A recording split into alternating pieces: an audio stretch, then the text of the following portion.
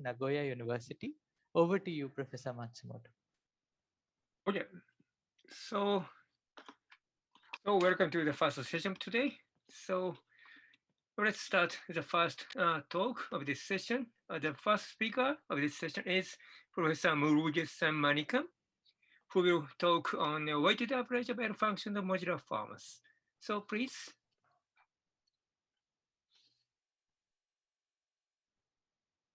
Thanks, Professor Matsumoto.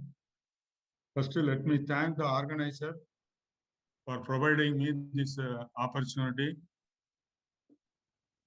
participate and deliver a lecture in Balu's 70th birthday conference.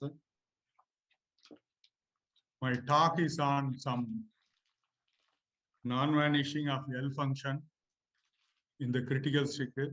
Especially first we will consider some weighted averages of L functions of modular forms.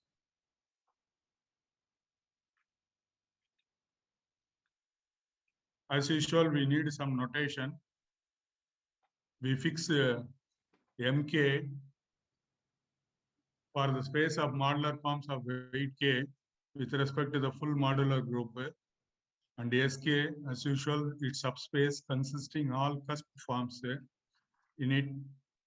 And if any element f as a cusp form of weight k for full modular group, we write its Fourier expansion as f as usual, summation n bigger than or equal to 1 afn q power n, where q is a local variable mod q less than 1. And we always assume that k greater than or equal to 12, 2 divides k, and k not equal to 14, in order to ensure that the dimension of sk is at least 1. And throughout this paper, unless further conditions are specified. Okay, the space sk becomes a Hilbert space with respect to the Peterson inner product given by this integral. And it is known that it is a finite dimensional Hilbert space over the complex. Throughout the talk, I will consider simultaneous and normalized eigenform for all AK operator as AK eigenform. And if you give an AK eigenform f in sk, then we very well associated a L function as LFS equal to summation n greater than or equal to 1 AFN by n power s. In the right half plane, where real part of s greater than k plus 1 by 2.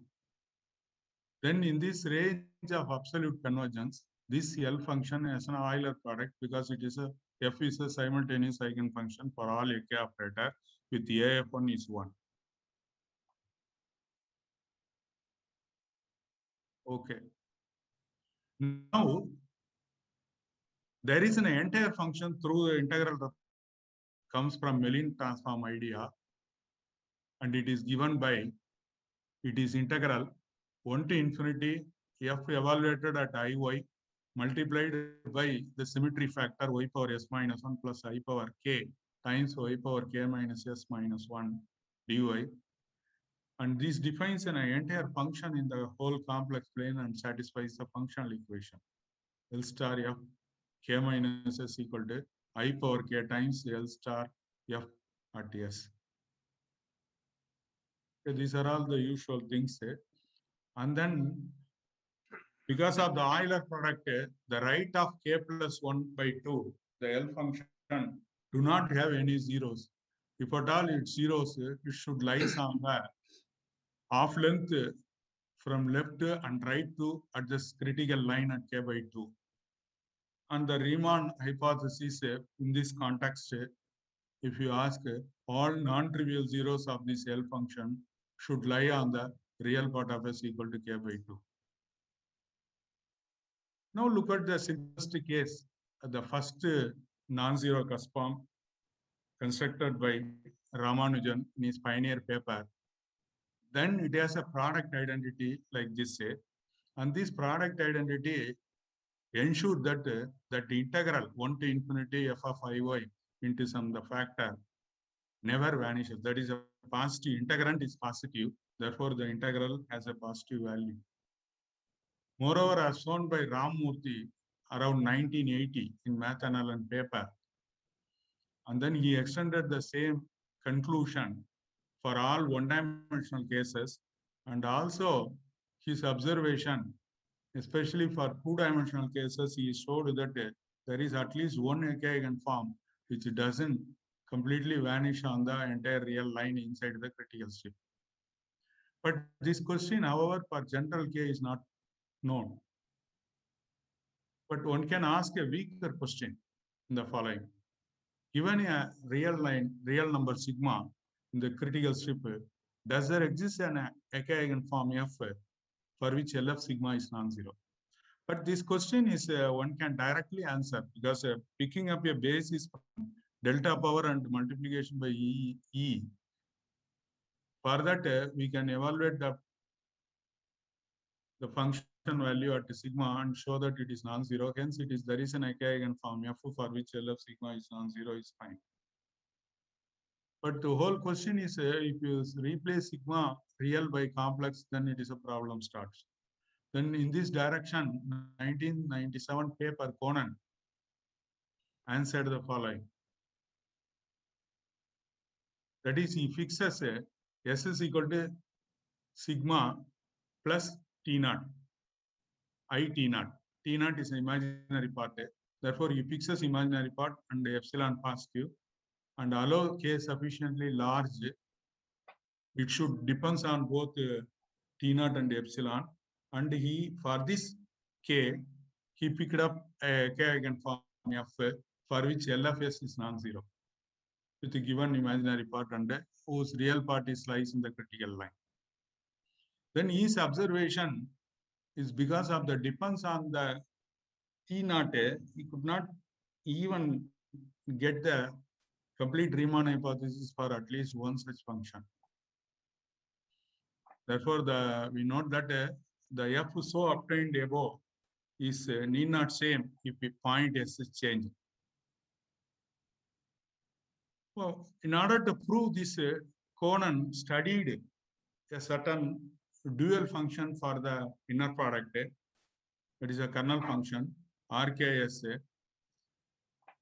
which gives, if you take an inner product against F, which gives some constant time, the entire function L star F. Okay, his main function is if sigma is real part of S, it lies between 1 and K minus 1, the entire integral range of the critical strip, and Z belongs to H, and then define the kernel function is some constant which depends upon both explicitly with respect to S and K, gamma Ks, and summation is taken over all SL2Z element, because the right hand side is CZ plus D power minus K into AZ plus B by CZ plus D power minus S. That important, the right hand side part, AZ plus B by CZ plus D, that is Z power minus S, never periodic with any period. Therefore, there is no other way. We have to vary over all SL2C element. And then absolute convergence can be seen in a usual way. The series is absolutely convergence and represents the analytic function. Of course, he computed the Fourier expansion and proved that it is a cusp form. And what is spectral resolution? If you write down as a linear combination of eigenform, he proved that RKS can be written as this sum. Then Conan observation is in order to prove this function is non-zero, he just computed its first Fourier coefficient and check that when this Fourier coefficient never vanishes for at least large K. If you're doing so, he realized that the constant involved naturally depends upon the imaginary part and the epsilon. Therefore, for each time he pick up a large K and at least one K eigenform F for which this is non-zero. This LFS non-zero. Next, we come back our original question, replace S by sigma, and we completely change the idea of attacking the problem.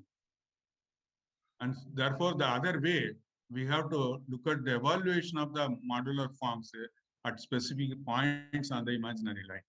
For example, the point of symmetry I, what happens if you evaluate the kernel function at I?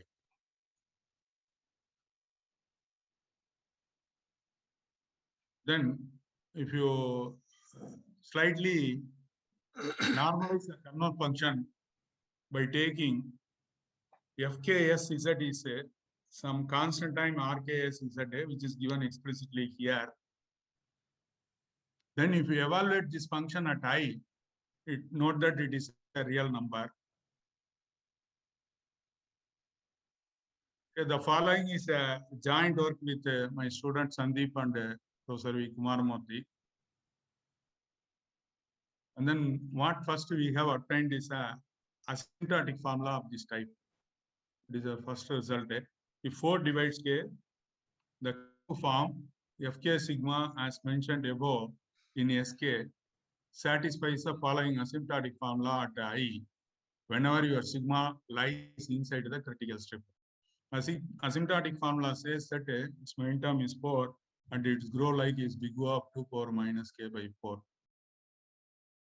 And moreover, apart from this asymptotic formula, the whole computation gives this is not only real and also positive, but it is at least 2.745. This is a kernel function having this property, but such type of property we cannot able to derive in any eigenform. Even we do not know whether it is positive or any such thing, we do not know. At any eigenform, it is very difficult to use a Delling bound and estimate this result. But for the average, this works very well. This is the first asymptotic formula. And let us see what is the consequence of this asymptotic formula. Then usually Schwarz inequality and other well-known bound for inner product of FF, and this is a lower bound for maximum of LF sigma as F varies over the orthonormal basis of a eigenform. And this is a result. Given sigma inside the critical strip, it is of the form K by 2 plus epsilon. Epsilon is positive, lies between 0 and half. And for any small delta positive and sufficiently large K, which depends upon given delta, and then we will get this bound. But this seems to be, it's not a good bound. It is slightly a weaker bound. And I hope that it is already known to people, this type of bounds. Okay, anyhow, as a first point, by checking whether the kernel function is evaluating this idea, completely gives this or not. Okay, what is this idea to evaluate this asymptotic formula? This idea is again comes from 1970 work of Rankin and Sunat and Dyer. They applied this idea on the Eisen series to pick up the zeros of the Eisen series. And we also tried for this idea to the average function. Therefore, basically our idea is to split the function over ABCD as A square plus B square is fixed M and C square plus D square is fixed N and varies M and N. And the only botheration we have to pick up the main term and error term. And due to the functional equation, we will very well assume that sigma is the right of the critical strip, K by 2 to K by 2 plus R. Then applying the idea of Rankin and Sunat and Dyer, we split the sum at I, Z equal to I into main term and error term. Now these are all the notation which we have used in the paper. It is a standard notation in order to handle this sum. Then the T11 means it is a summation where A square plus B square is 1 and C square plus D square equal to 1. In this case, because the sum of the two squares of integers is 1, means one of them must be 0. The all matrices, in order to contribute the sum is given by this identity, plus or minus identity is plus or minus inversion. And then if you evaluate this, because the point is I, we will very well get this value is 4. And then next we have to bother about the estimation. The estimation, in order to estimate this, we drop out the condition AD minus BC equal to 1 and put the less than or equal to and take the modulus inside and estimate this, we will see that it is less than or equal to 2 power minus K by 4. Similarly, T1 greater than or equal to 2 is also less than or equal to 2 minus 4 pi. Therefore, the final result is Fk sigma at I is 4 plus big O of 2 power minus k by 4. And I already pointed out that if you carefully evaluate the main tau at point I, then it is easily seen that Fk sigma I is at least 2.745. Okay, this completes the proof of the entire theorem of what I have stated just above. We remark that 4 divides k and sigma, there exists one AK eigenform F in Sk depending on sigma whose L value is real and non-zero. However, one can give a direct proof for the above observation as I already mentioned. Coming back to our question, to summarize all such things, what was happened so far, at least up to I know, for large enough weight, it has been mostly addressed by the works of Conan, 1997, that paper itself, and Luo, etc., others, Ramurthy, etc., everybody. For small weight up to 26, Ramurthy has addressed this problem and he picked up one eigenform which doesn't vanish in the entire critical strip as I mentioned above. Okay, next, first we observe that what happens if we plug this I value directly to the spectral decomposition and uses this inner product relation very well come by studying the symmetric square L function. This is done by Shimura and others. And then the estimation of the symmetric square L function is given like this. And from which it is immediate that norm FF is at least grow like this. And plugging all such information together with Fk sigma I is grow like at least 2.745. Then we will immediately estimate this and we pick up that what is that maximum as stated above. And then in order to do this, we have to control this series n greater than or equal to AF and e power minus 2 pi n. Note that the e power minus 2 pi n is not sufficient to immediately to estimate the AFN. Therefore, we will use the series estimate as done by Cohen, Henry Cohen in his book. And this is given as you just apply AFN is replaced by some constant time n power k minus 1 by 2 plus delta to Deligne estimate, and then estimate the sum. And then estimate the sum. The lemma is Cohen and Stromberg in their book is given like this. And then where constant, one can find explicitly what is this constant. CA is the bounded constant is about A plus 1 by E whole power A plus 1 as A large. Not that it is a power of M. A is a power of M. In order to tag. Roughly it is K by 2, that is.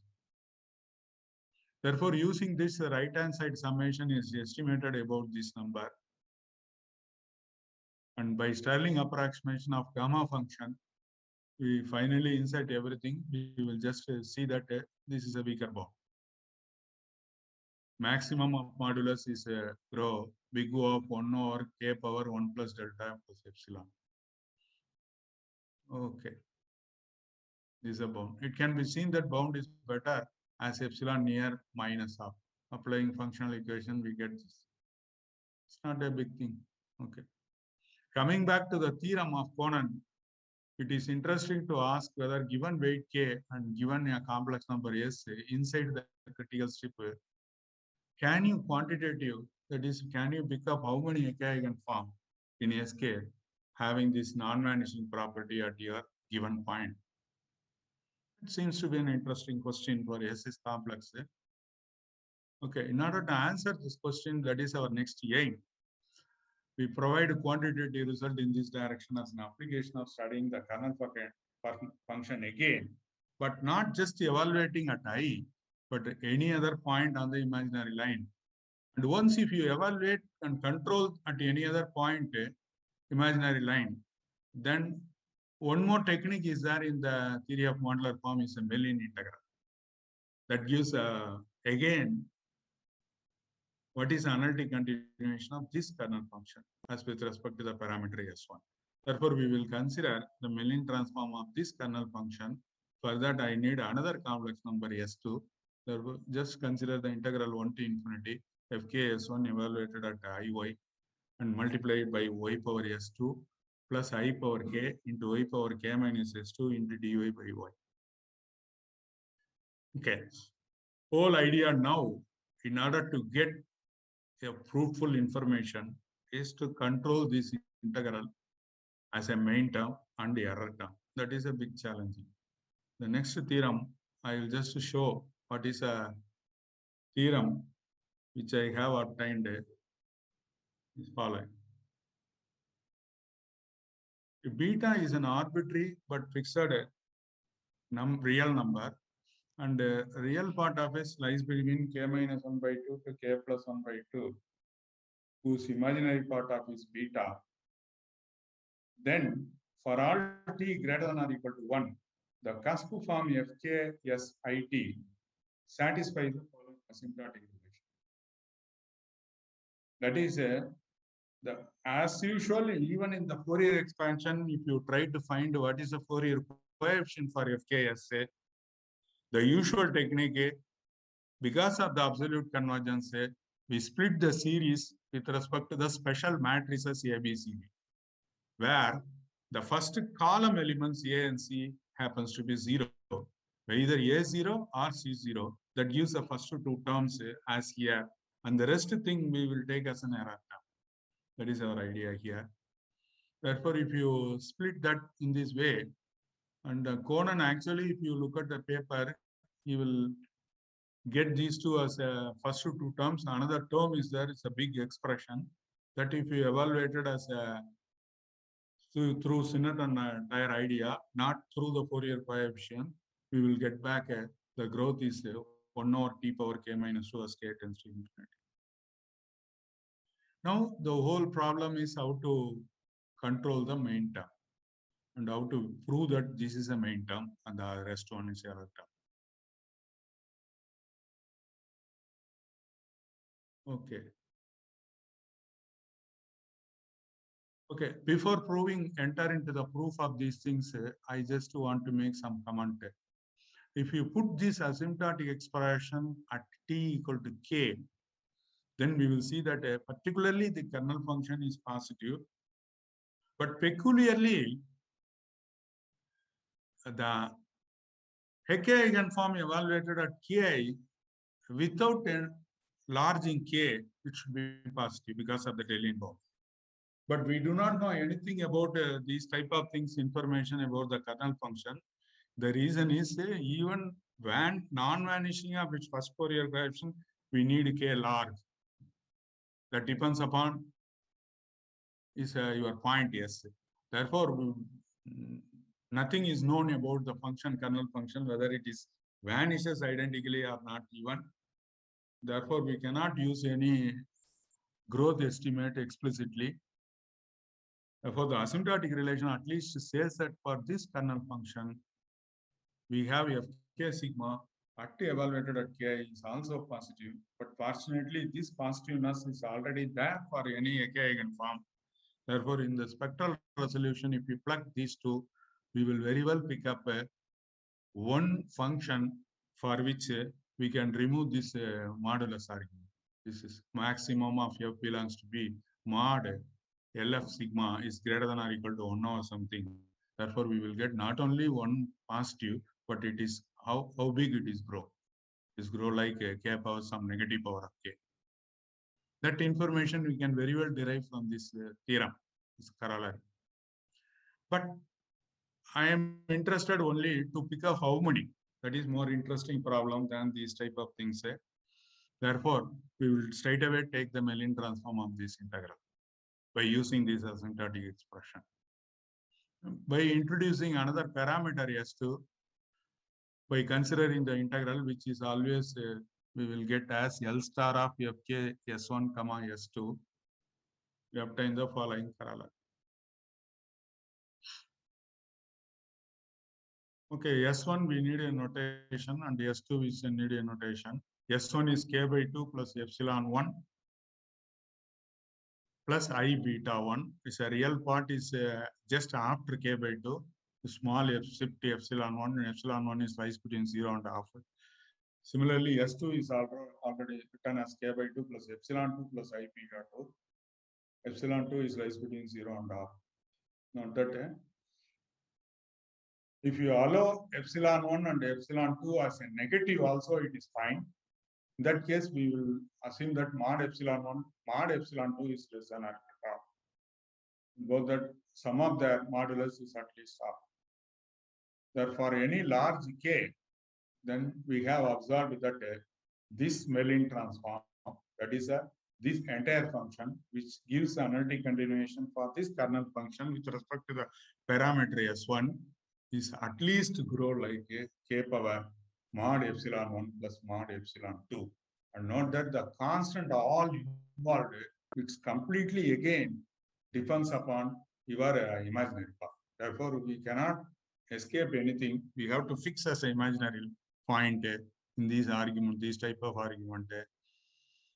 Unfortunately, the whole things is work out because everything is independent of k. Therefore, at least with respect to k growth, this L function is grow like a k power mod epsilon 1 plus mod epsilon 2 for any two given point S1 and S2, where epsilon 1 is strictly less than epsilon 2. For example, we can assume. Therefore, this idea immediately gives there exists at least one eigenform depending naturally on S1 and S2, such that both L values are simultaneously constant. And then now it is whether it is possible to count how many. That is a standard analytical trick whether if you apply, whether we will get some extra result. The theorem says that there are more than one such form. Counting L functions simultaneously, non-vanishing at 2 points. So for this, I need a notation. That is a standard notation. If you collect all given complex points omega 1 and omega 2 of weight k, define nk omega 1 omega 2 is set of all f, which is one of the orthogonal bases and whose product of L values is non-zero. Then this is a standard notational definition. Then the theorem is as follows. Let beta I epsilon j as above.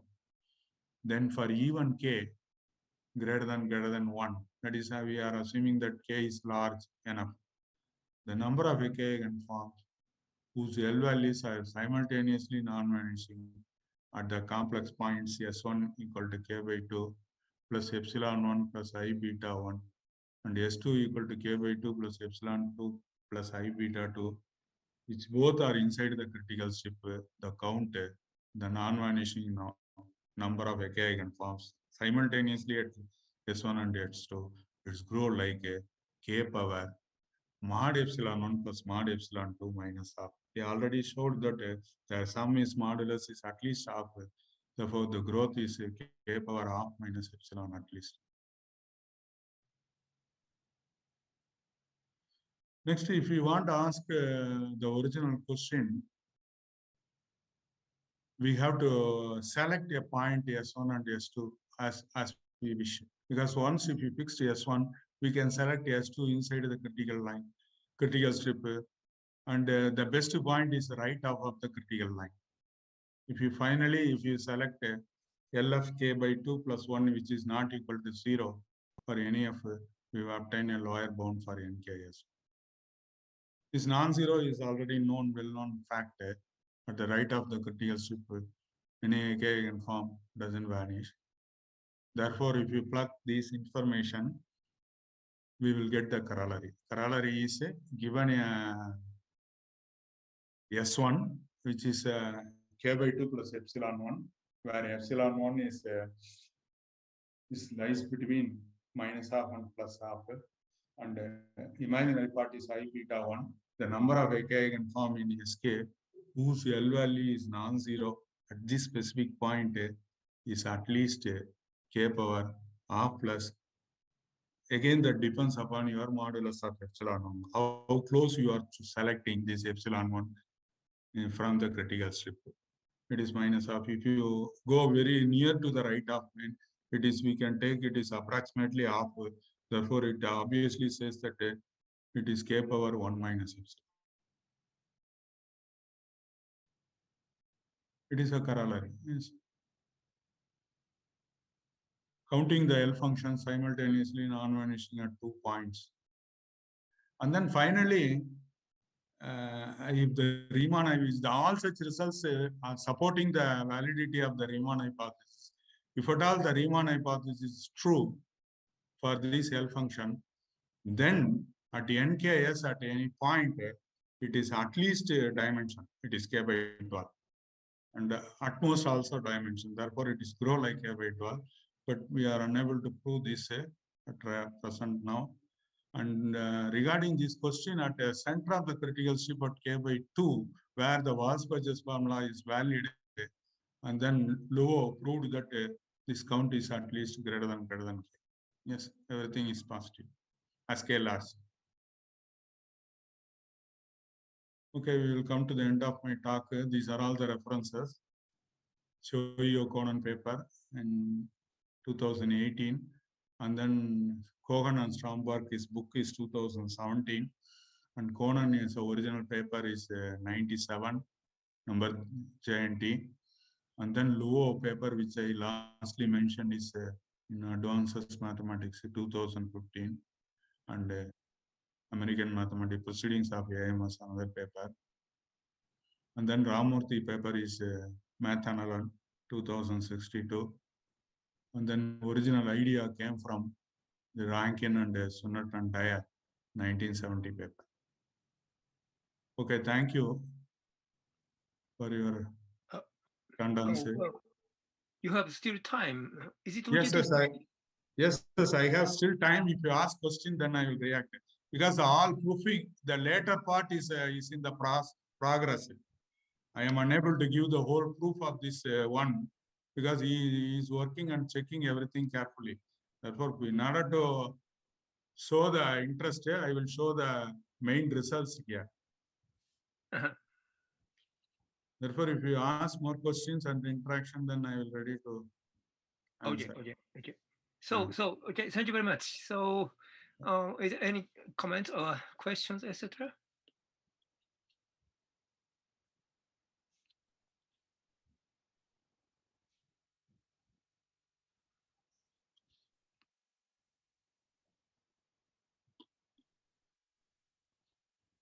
No question. Maybe I have one question. So yes. your result is depends. For example, your result depends on the your estimate depends on the imaginary part of the. Yes, certainly. And is it possible to make more explicit how is the dependence on this imaginary? That's why I asked my student to go through it. It is on the process. How explicit, then we can show much better result than this also. But for example, I'm interested. So, for example, when the imaginary part tends to infinity, what is the behavior, etc. Maybe yes, definitely. This type of, at least if you are unable to say something like this, I will try. Thanks.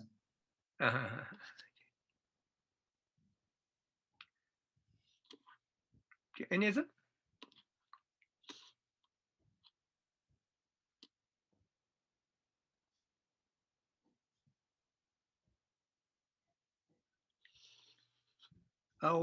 If there is no further questions, comments, so thank you very much again for the speakers. Okay, so the next talk will start in time. So 20. Thank you once again, everybody, and happy birthday, sir. Balu, okay, sir. thank you. Happy birthday, sir. Sir, when is your birthday? Today or tomorrow? Tomorrow. Oh. Okay, sir. Thank you. Okay. Okay. Thank you. Okay, thank you.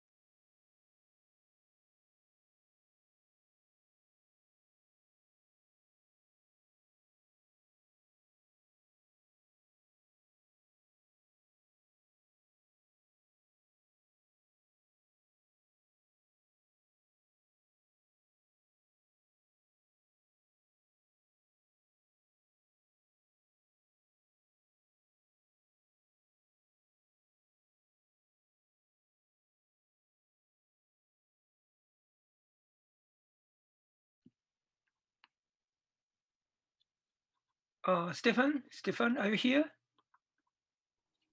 Yes, I'm here. Hello. Oh yeah. Maybe to check your slide. Yes, yes. Let's try that. Yeah. Mhm. One moment. Where is it here?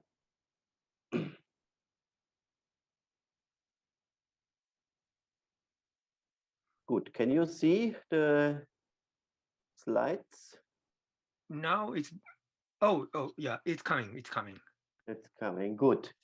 Then maybe I just make the full screen mode. Yeah.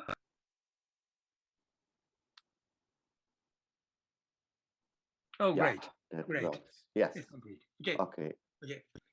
Excellent. Okay, I make it small again, but Yeah. mhm. Good. Yeah, then there's still some time now. Yeah. I still.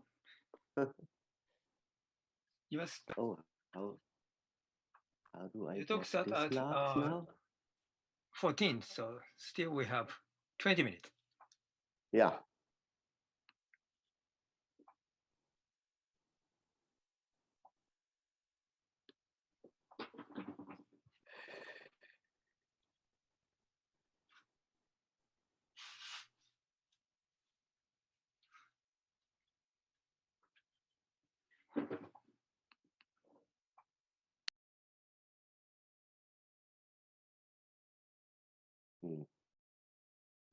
Okay.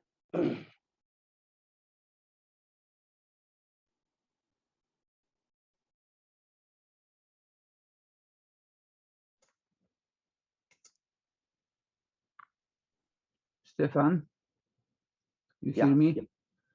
Yeah, I'm sorry. I would like to know what you're talking, but it's 4 o'clock a.m. in New Jersey. Oh, good morning. Yeah, Yeah, so I I'm have to talking go about. to bed. Oh, I I see. really, Okay. I really have to go to bed. Can you send me if you have PDF of your notes? Yeah, I will send it to you. Yeah, Yeah, I'm you know my talking address. about Diaphragm approximation with prime restriction in quadratic number fields. Yeah, I like the prime restrictions part of it. Yeah. Because I've been talking about prime restrictions in my own talk, and I know you had some kind of things about let's see if you some special denominators, so probably it's very interesting, and but I really have to go to bed. It's 4 o'clock in the morning for me. Okay. Yeah. Then I wish you a good night. Yeah, I have seen your abstract. Yeah, I'm very interested in what you get for the large sieve with prime moduli.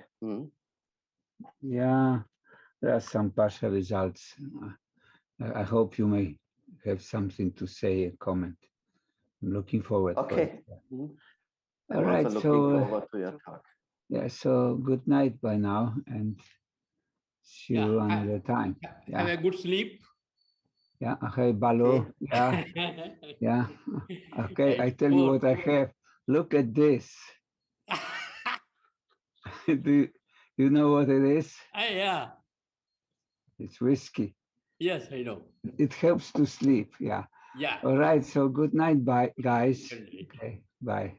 Okay. Tomorrow also I will also have some whiskey to show you. We can drink together, sitting in two different places.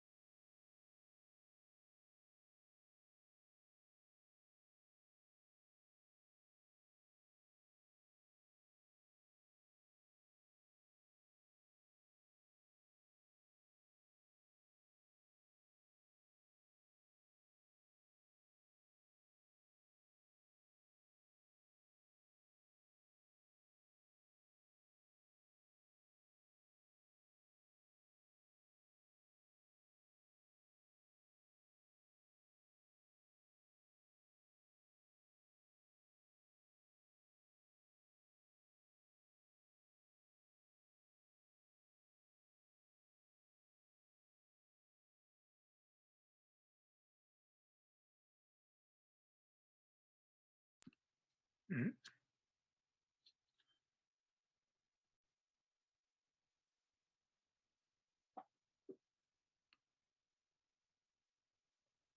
Oh, well, Stefan?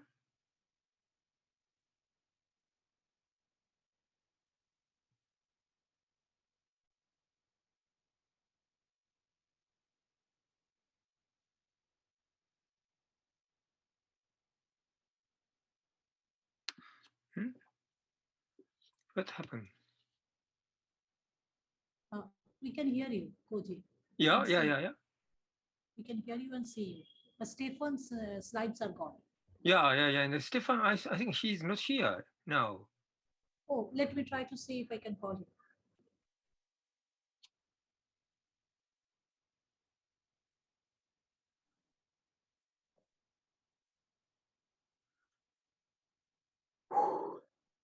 Oh, No, I think he's here. oh, Again. we're coming back. Yeah, I'm back. Yes, I was just. Okay, good.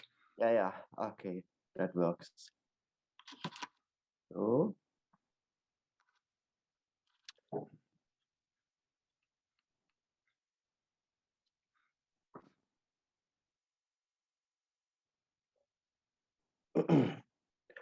Okay, can you see my screen now? Yeah, yeah, okay. Okay, great. So please wait maybe 1 minute. Yeah. Yeah.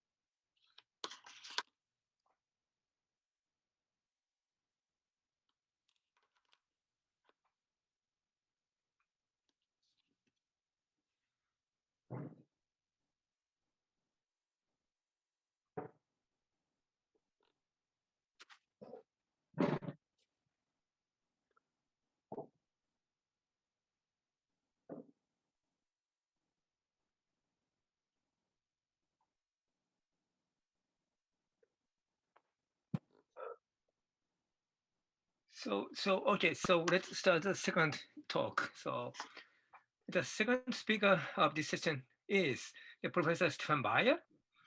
And the title is, as you can see, the Diaphragm Approximation with prime restriction and quadratic number fields. Okay, please start, Stefan. Yeah, thank you very much. I would like to thank the organizers for inviting me to the Balu Fest. It's a privilege to talk here. And I would like to extend my best birthday wishes to Professor Balasubramanian. Okay, I'm talking about Diaphragm approximation with prime restriction in quadratic number fields. First of all, let me talk about the classical results in this direction. Good, every talk about Diaphragm approximation should contain Dirichlet's approximation theorem. Here it is.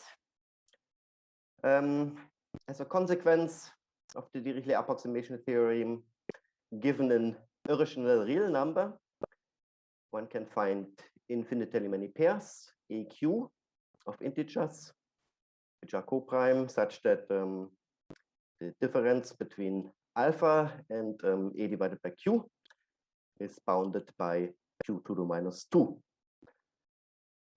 Equivalently, given an irrational number, there exist infinitely many natural numbers Q, such that the distance of Q alpha to the next integer is bounded by Q to the minus 1. So now it's a natural question to ask, what happens if we restrict the moduli Q to arithmetically interesting sets, such as the primes? For the prime numbers, the problem has a long history. Let me first recall results in this direction, also basic ideas going into the method, and then our work in the framework of quadratic number fields. That is joint work with Mark Technow from the University of Graz and Diaphragm Mazumdar from our place Ramakrishna Mission, Vivekananda Educational and Research Institute. So he is a PhD student at our place. Okay. Yeah, so the question is, given an irrational real number, for which exponents tau can be proof that there exist infinitely many primes p, such that the distance of p alpha to the next integer is bounded by p to the minus tau plus epsilon for every epsilon greater 0. What is the expectation here? Expectation is 1. However, note that we still have this epsilon in the exponent. Indeed, this would follow from Linux conjecture on the least prime in an arithmetic progression. So the conjecture that the least prime in an arithmetic progression A modulo Q is bounded by Q to the 1 plus epsilon. However, it's not possible to get complete rid of this epsilon power. As shown by Harman, one cannot do better than distance of p alpha to the next integer less or equal a constant times log p divided by p log p. Oh, this to the minus 1 should not be there. That's a typo, of course. Okay, so one does not get quite the same result as for Diaphragm approximation with natural numbers Q. What is relatively easy to prove is the exponent tau equals 1/3 under GRH for Dirichlet L functions. And in fact, this has also been achieved unconditionally by Matomeki, but it's very involved. So I give a brief history of the, survey of the history of the problem. In fact, it generated quite a lot of interesting mathematics. Vinogradov was the first to obtain an exponent of 1/5 using his non-trivial treatment of trigonometrical sums over primes. Vaughan improved this to 1/4. In this paper, he introduced his famous identity and also did some refinement on the Fourier analytic arguments in the method. Then Harman introduced his Sieve method, pushed it further to 3/10. Then by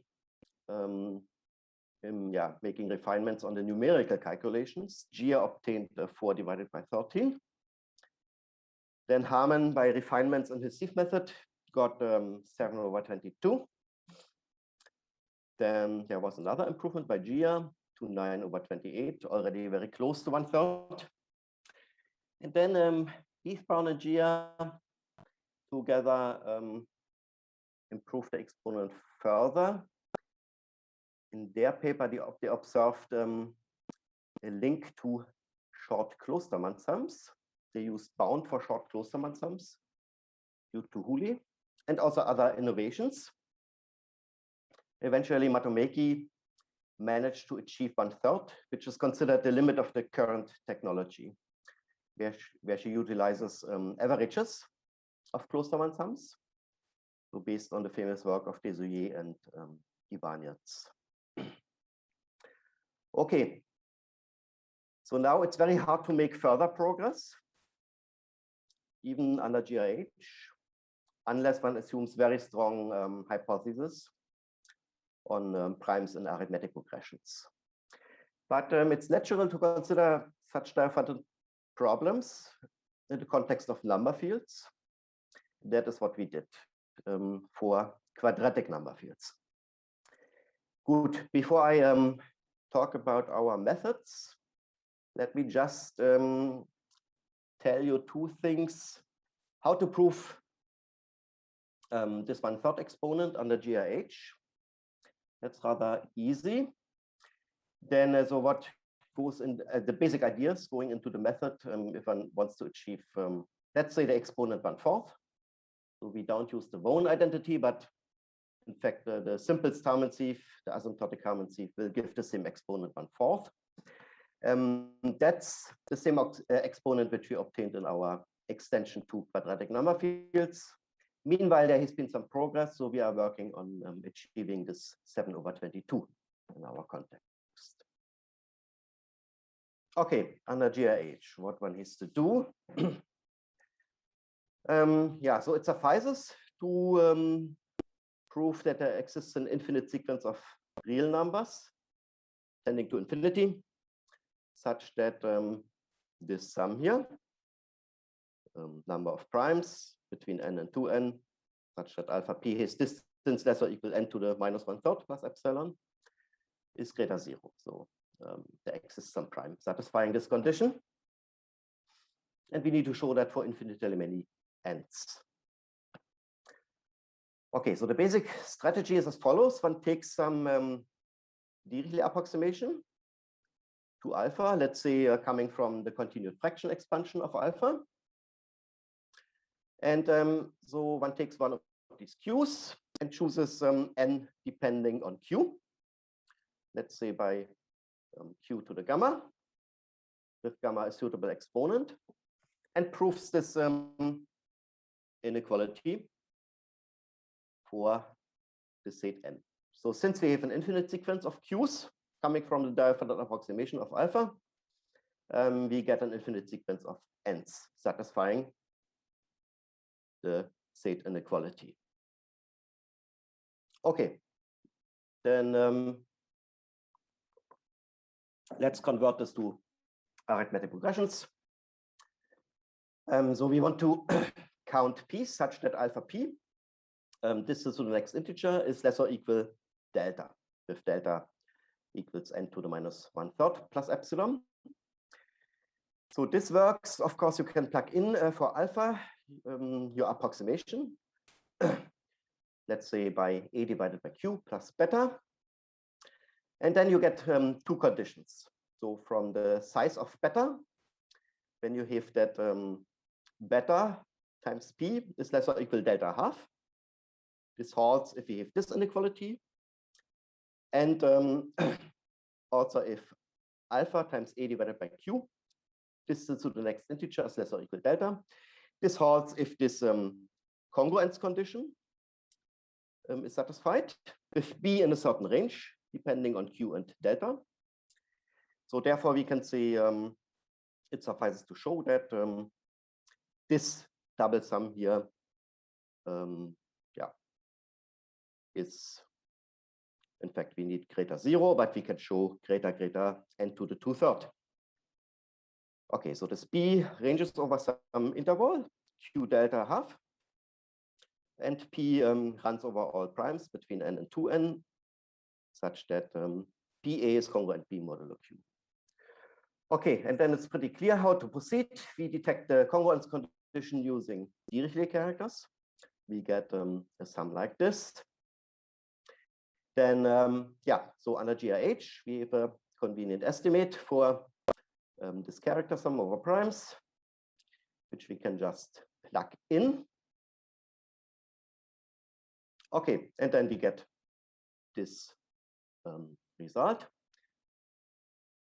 And so now we are just left with some character sum in the error term, which can be estimated using large sieve with fixed modulus q.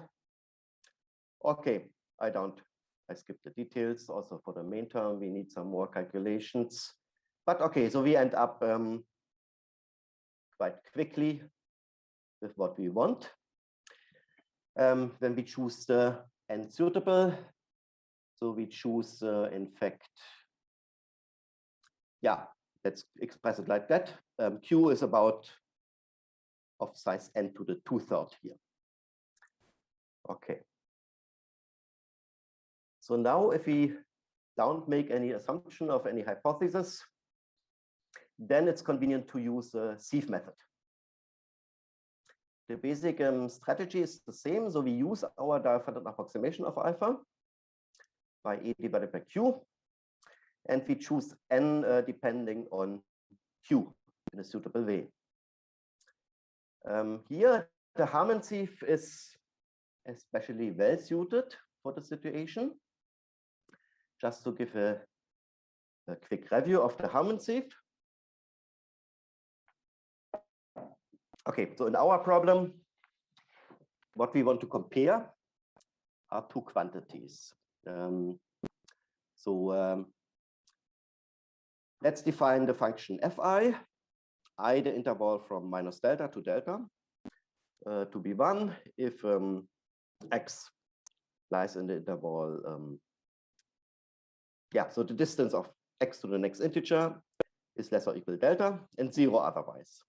So this fi is a periodic function supported on intervals around the integers. Okay, so then what we want to bound from below is this quantity, sum over the primes in the interval n to 2n fi p alpha.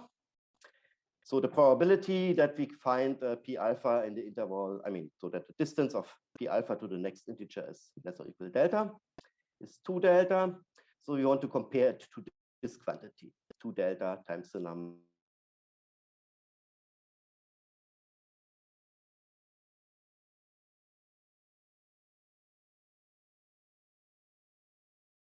So now,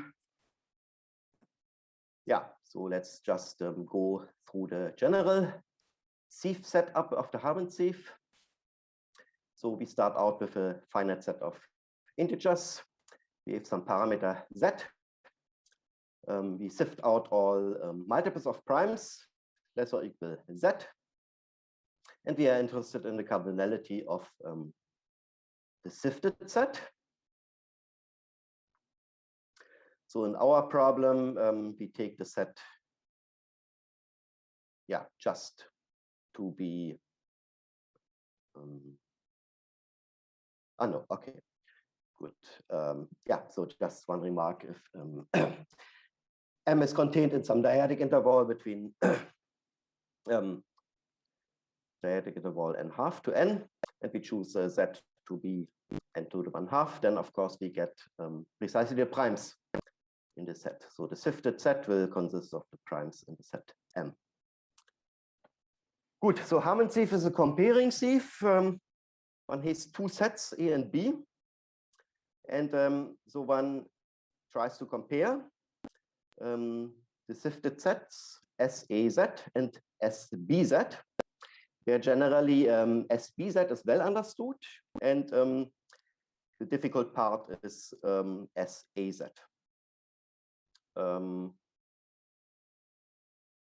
Yes. Mostly in applications, A will be a subset of B. So in our application, we choose B to be just set of all integers between n½ and n, and A to be the set of integers n in this interval satisfying distance of n alpha to the next integer is less or equal delta. Okay, then taking our sieve parameter to be n to the 1/2,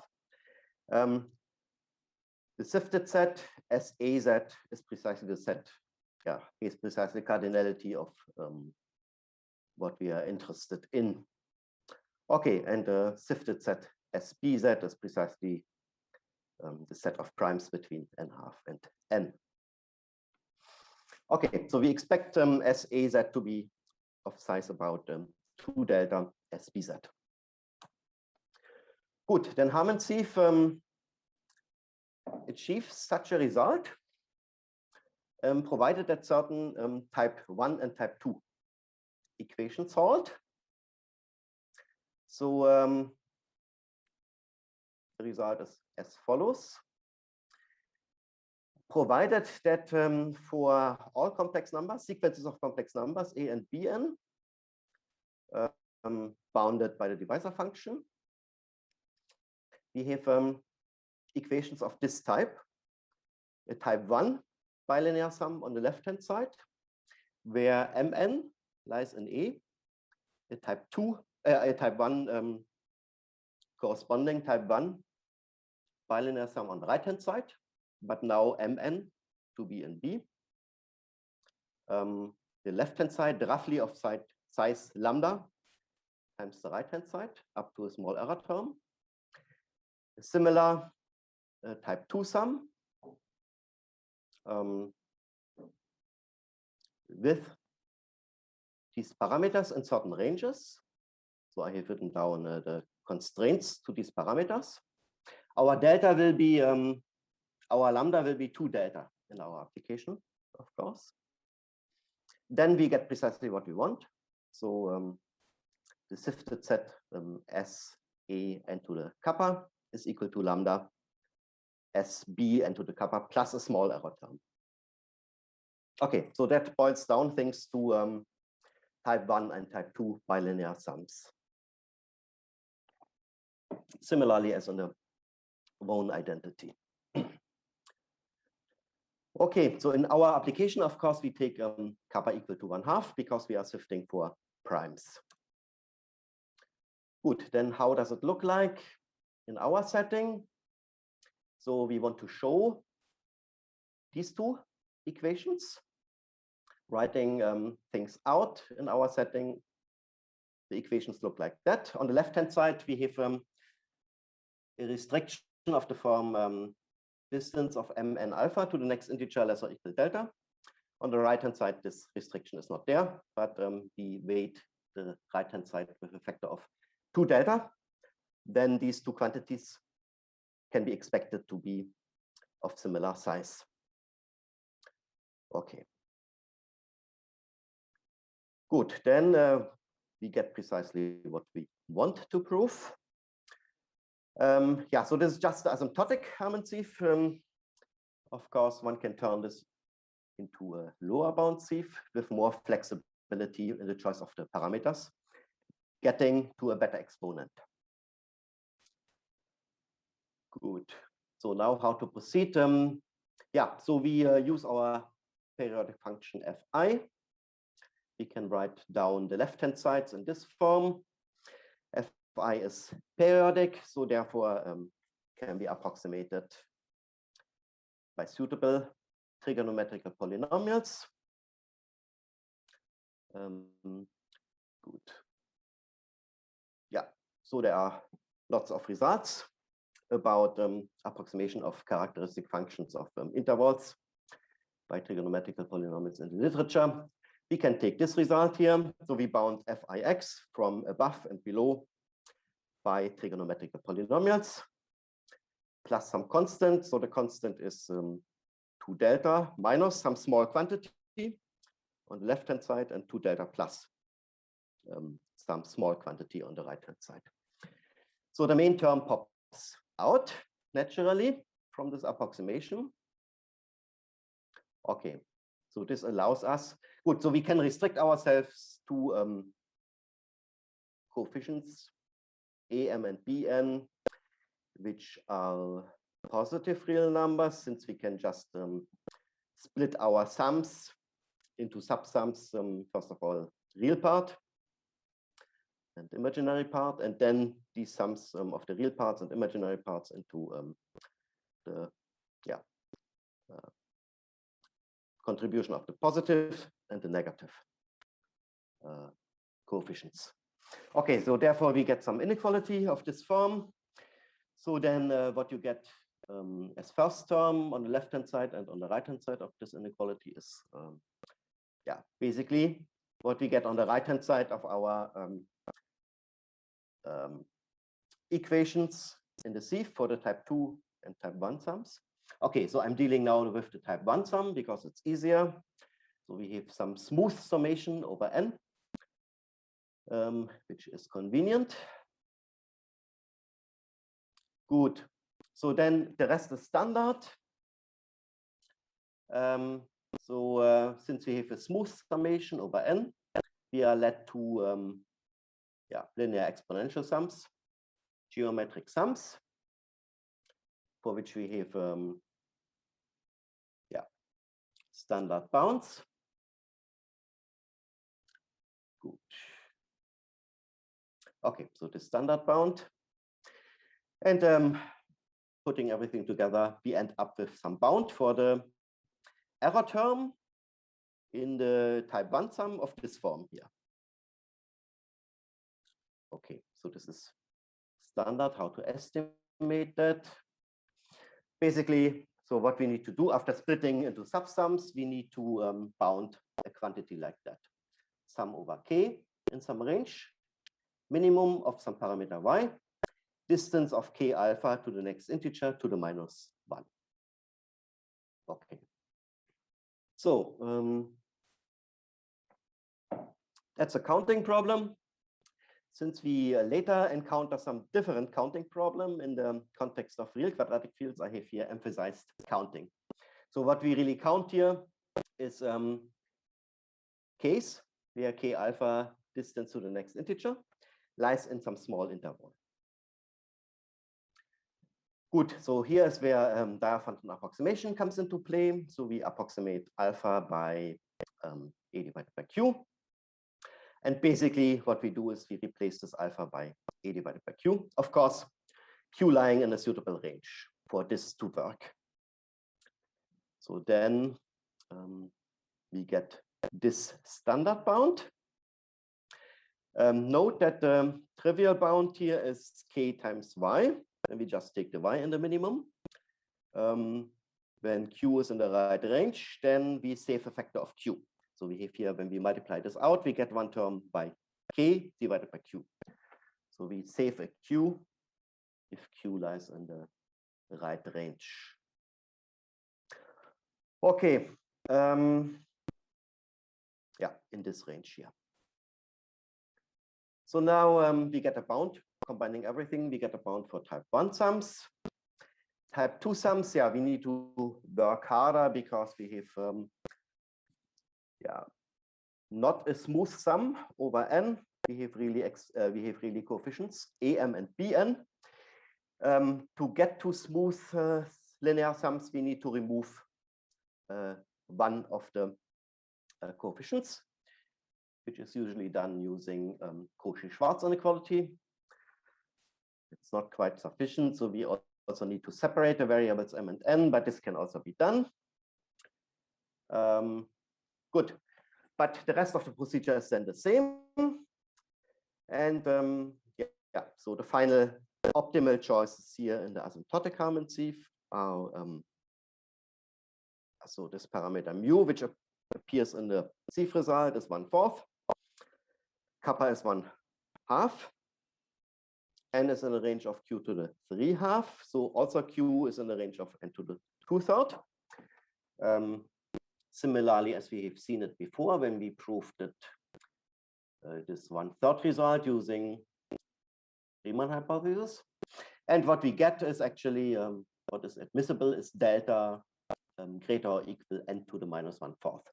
So we get Bohn's result using this simple setup. Yeah, to improve this further, one needs to work harder. One needs to obtain a lower bound sieve and to push it to the exponent 1/3. Klostermann sums come into play or are useful. Okay, so now, good. So now it's hard to improve this 1/3 exponent, but as I said, what is interesting is to look at the same problem in quadratic number fields. That's not completely straightforward. So technical issues, first of all, technical issues occur which are not present in the setting of Q, and also new phenomena occur, in particular when we look at real quadratic fields. Okay, I mentioned the results which are there so far. Only results for quadratic extensions of Q are known. Yeah, so in all, what we are doing, we assume the class number to be 1. However, as we pointed out, or as we described in the paper of Diaphragm and myself, this restriction is not essential. So one can remove this restriction. I say something more about this later. Yeah, just as a preview. So imaginary quadratic fields of class number 1 are still relatively close to the classical setup. The only issue, yeah, okay, there are some issues occurring from the 2-dimensionality. Real quadratic fields are more involved. Of course, one has to deal with the infinite unit group. On the other hand, also the final counting problem becomes two-dimensional and takes a different flavor. Okay, so what are the results that have been obtained so far? So I obtained a rather weak exponent of 1/12 for Qi. Oh, this should not be an S, that should be an B. I put an S here because of my first name. Okay, but so I had an additional restriction here to Gaussian primes. So we consider Gaussian primes, of course, in this setting. Gaussian primes lying in sectors. I needed that for some application. So I was not going for the best exponent here. I just wanted to obtain an exponent, but with this additional restriction to Gaussian primes lying in sectors.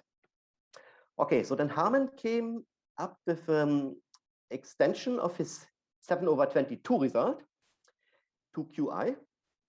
That was just in 2019. About at the same time, Mark, Technau, and me, we looked in general at imaginary quadratic number fields of class number 1. Of course, we know we have only finite elements of them. But as I say, this restriction should not be hard to remove, class number 1. Okay, so we got a Bohn's exponent in this more general setting. So then, yeah, published in this year, Diaphragm and myself, we obtained this exponent for real quadratic number fields of class number 1. Okay, and in preparation, we are pushing that now further to also 7/22 for all quadratic number fields, imaginary and real quadratic. In that work, of course, we need to set up the lower bound sieve in this context. Also, some more work is required to get this done. Okay, so now let's first look at Harman's paper. And I try to emphasize the main technical difficulties which come into play when looking at Qi instead of Q. So additional difficulties. So the basic setup is similar. So we look at alphas in C without Qi. So we have also a Dirichlet approximation theorem in this setting of the same quality. Good, so now instead of, so we now define this norm here to be the distance of complex number Z to the nearest Gaussian integer. Okay, we can either take the Euclidean norm or we can take the maximum norm. Doesn't matter by equivalence of norms, but so this norm will be more convenient, the maximum of the distance of the real part to the next integer and the distance of the imaginary part to the next integer. Okay, so then the usual notations. Good, so then, of course,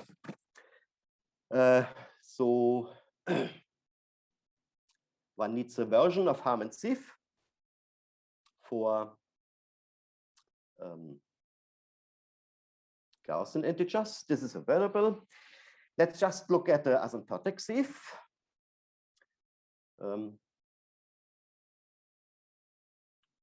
Good.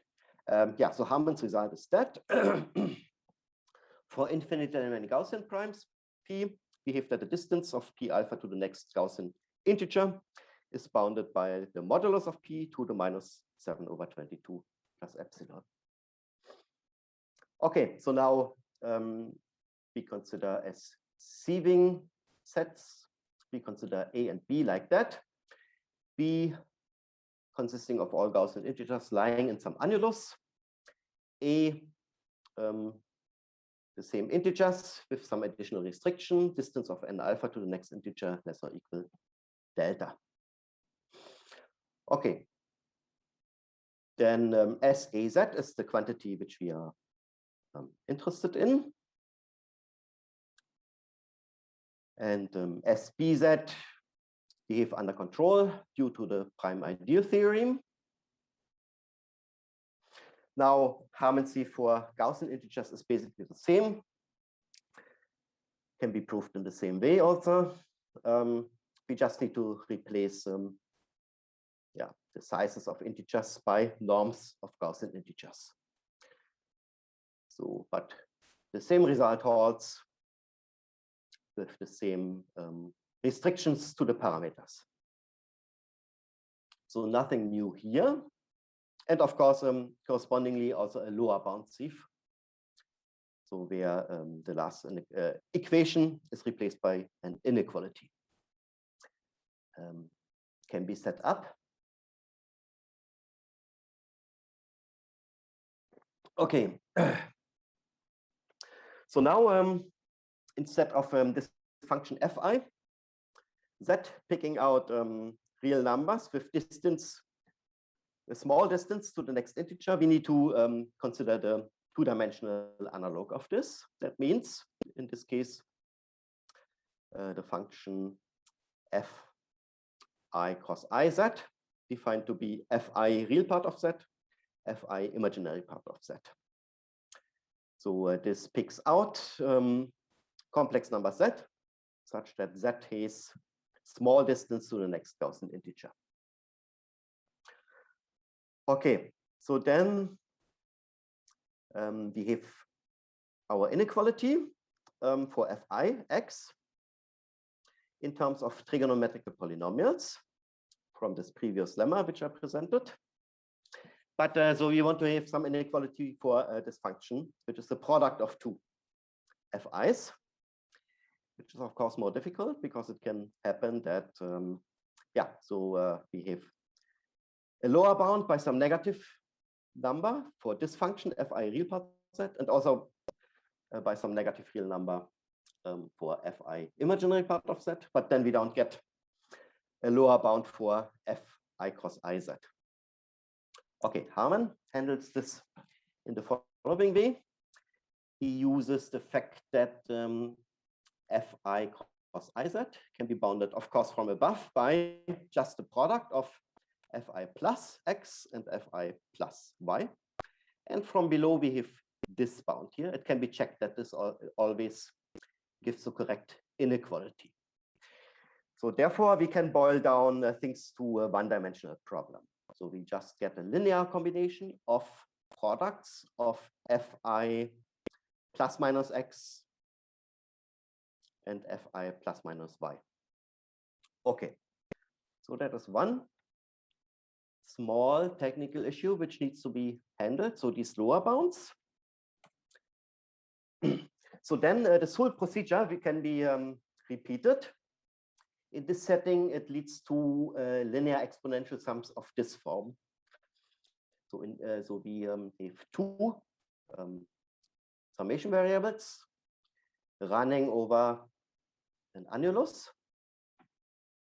And so we take the sum over k, sum over n, and some annulus, e of imaginary part of k and alpha. So things boil down in the same way as before to these sums. So now some difficulty occurs because of the geometric properties, so of the region which we are considering. So we are considering some annulus. If we had instead a rectangle in the inner sum, then this inner sum could be split into two linear exponential sums over intervals, like that. But for annuli, the situation is more complicated. We don't have this splitting. So now the geometric properties of the region in a two-dimensional space come into play, which makes things more difficult. So in the case of type 1 sums, one cannot avoid this difficulty to sum over annuli. In the case of the type 2 sums, one can get around this issue because one applies Cauchy-Schwarz. And then one can extend the outer summation for free to a rectangle of similar size. Okay, but in the type 1 sums, this issue occurs. So good. So when we consider such a linear exponential sum over a rectangle, then by the splitting into two linear exponential sums over intervals, we get this bound as a product of two minima. In the case of an annulus, we get a weaker result. So that's one difficulty occurring in the method. So then it's bounded by x times a minimum of x. Yeah, real part of k alpha, distance to next integer to the -1.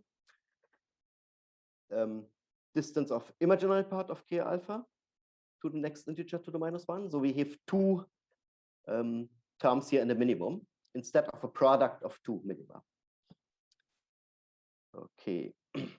But Harman handles the situation by just observing that this minimum here is just bounded by distance of k alpha to the next integer to the -1. And then he reduces the problem back. So briefly speaking, he reduces the problem back to some one-dimensional problem. Okay, so we have first gone to turn to a two-dimensional problem and then return to some one-dimensional problem.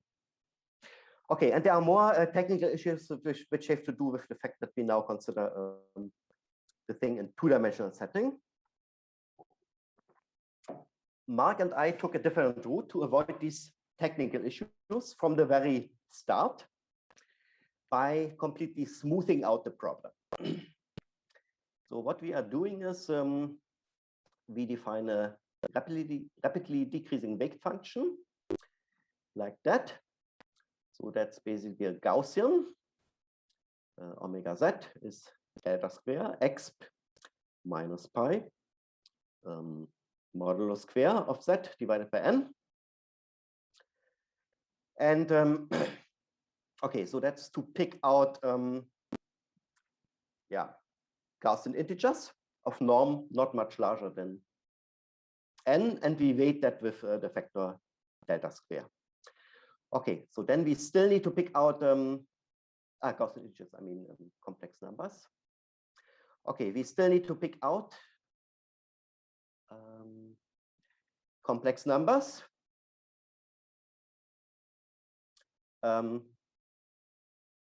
which are close to Gaussian integers using a smooth weight function. For that, we use this function here, basically a shifted theta series. Okay, so then we define a second weight function like that. Okay, I will explain you what corresponds to the sharp cutoff setting. Okay, so now instead of a cardinality of a sifted set, we consider just the sum over all.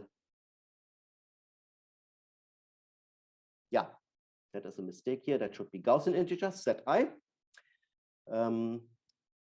which are not divisible by a Gaussian prime with norm less or equal to Z, Wn.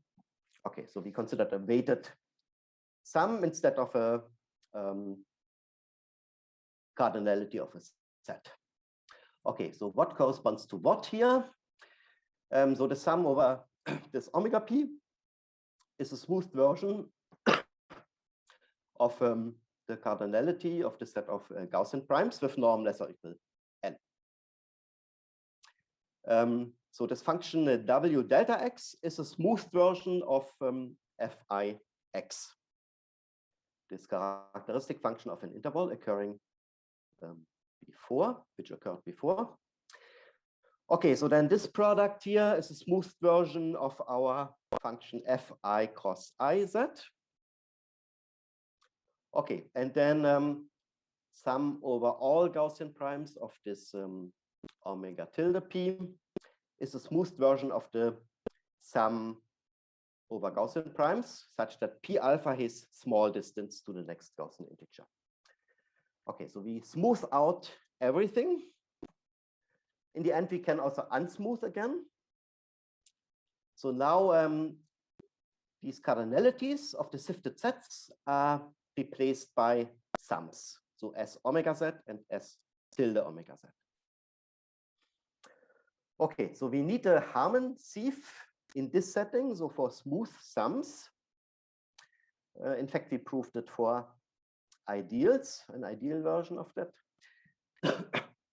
In this paper for quadratic number fields, but it's not hard to extend this to number fields in general. The only technical issue which occurs is that we can have prime ideals with the same norm. So that's something which makes the technical details a little bit more difficult. But so in fact, the proof is very similar to the classical asymptotic Harman sieve, to that of the classical asymptotic Harman sieve. Okay, so we get the corresponding result for these smooth sums using an ideal version of the asymptotic Harman sieve. Okay. Good. Yeah, so just about the proof. So this proof heavily uses Buchstabsidentity. So an iteration of Buchstabsidentity where one tries to get the parameters in certain ranges. So one gets some decomposition where one can split the parameters in such a way that they lie in certain ranges. Okay. Good. So now we set up the whole thing for these particular smooth weight functions. So what is important here is that so what is convenient about the smooth setting is that instead of the approximation of Fix by trigonometrical polynomials, we can just use a Poisson summation formula. So in particular for this weight function W delta, after applying Poisson summation formula, we get a sum with rapidly decreasing coefficients. So that's very convenient. We just avoid all technical issues which come from sharp cutoff by using this smoothed setup. And what we do is we make heavily use of Poisson summation formula. Okay. But otherwise, the structure of the method is the same. What we end up with after treating the type 1 and type 2 sums in the standard way are linear exponential sums of this form here. We run over all Gaussian integers. We have some smooth weight function, omega n, and some exponential of the form e of imaginary part, kn alpha. So we need to estimate these sums. And this again can be done just using Poisson summation. Technical issues are a little bit complicated because for the type 2 sums, we also use Cauchy-Schwarz. So this weight function is not that easy here. But things can be done and lead to the exponent -1/4. So I just looked here at the QI, but so the same strategy works for all imaginary quadratic number fields. It's just most convenient to explain it for the field QI. Okay, so real quadratic fields are more complicated. Yeah, is it, do I still time? Or, oh, yeah. Okay, I can just rush through that, unfortunately. Good, so we make some small restriction. D is congruent 3 modulo 4. We think that we can remove that. That should not be a difficulty to remove this restriction. But so in this case, the ring of integers is just z adjoint square root d. And also d is odd, which is convenient at some point in our method. Okay, so now what is the setup? We have two embeddings, the identity and the conjugation. Good. So now we also have Dirichlet approximation theorem in this setting. So this is of course needed. This is two-dimensional, so we have some points x1, x2 in R square. So we have some pair x1, x2 in R square without sigma k, which is the set of our sigma 1k, sigma 2k, where k runs over the field elements. Okay, so then we have a simultaneous diaphragm approximation of x1 and x2 by sigma 1 of some fraction and sigma 2 of some fraction. So that's a natural analog of Dirichlet's approximation theorem, and that's available due to some general result of Quemer. I hope I pronounce them correctly. Okay, so then what we get is when we restrict to the prime ideals, let's assume class number 1 for convenience. So then we get infinitely many prime ideals, such that for some suitable generator, P, and the suitable Gaussian integer A, we have these simultaneous diaphragm approximations. So we have here the prime restriction in the denominator. Yeah, so this, what we get here, corresponds precisely to the exponent 1/4, but 1/4 needs to be halved due to the occurrence of a norm here. So it occurs as a 1/8 in this result here. Okay, so that's what we prove. We just need to set up the method in a suitable way, choose our weight functions. This is actually not easy, so one really needs to fine-tune things here for the method to work. Also, we get some Diophantine restriction to the pairs x1, x2. So unfortunately, for a certain set of bad x1, x2, we don't get this result. But we show that the good pairs, what we call good pairs, have full Lebesgue measure. And we conjecture that, in fact, the set of bad x1, x2, for which this result does not hold, is empty. In fact, we can prove this under some formulation of Linux conjecture for that number field K. Okay, I will not go into the detail now, what we mean by good here. Important is we prove in our paper almost all x1, x2 are good. And we can even construct explicitly good pairs. And we conjecture that all pairs x1, x2 are good, but that's not so, that seems to be difficult to prove actually. Okay, so then you see here the smooth setup, our weight functions. So now I don't have time to explain that, but you see here it gets rather complicated. So the moral of the thing is we start with sums over ideals, smooth sums over ideals. And in the process of the method, we unfold these sums into sums over algebraic integers in OK. And then we can use a two-dimensional Poisson summation. Of course, things are getting quite complicated.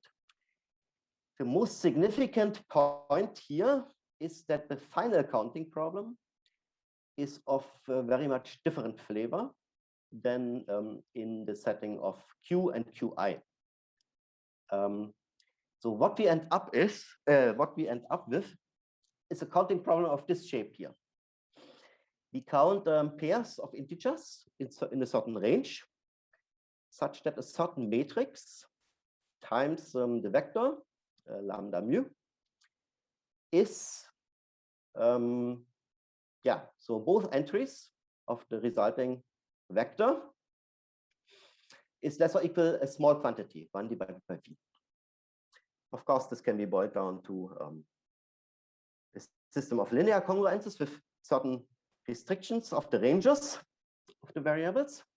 So these A, B, and W come from the rational Diophantine approximation of the point x1, x2 using this Dirichlet approximation theorem for the real quadratic field. So, but one important point is these A and B are in some way related to the modulus W, namely A times multiplicative inverse square is congruent D modulo W.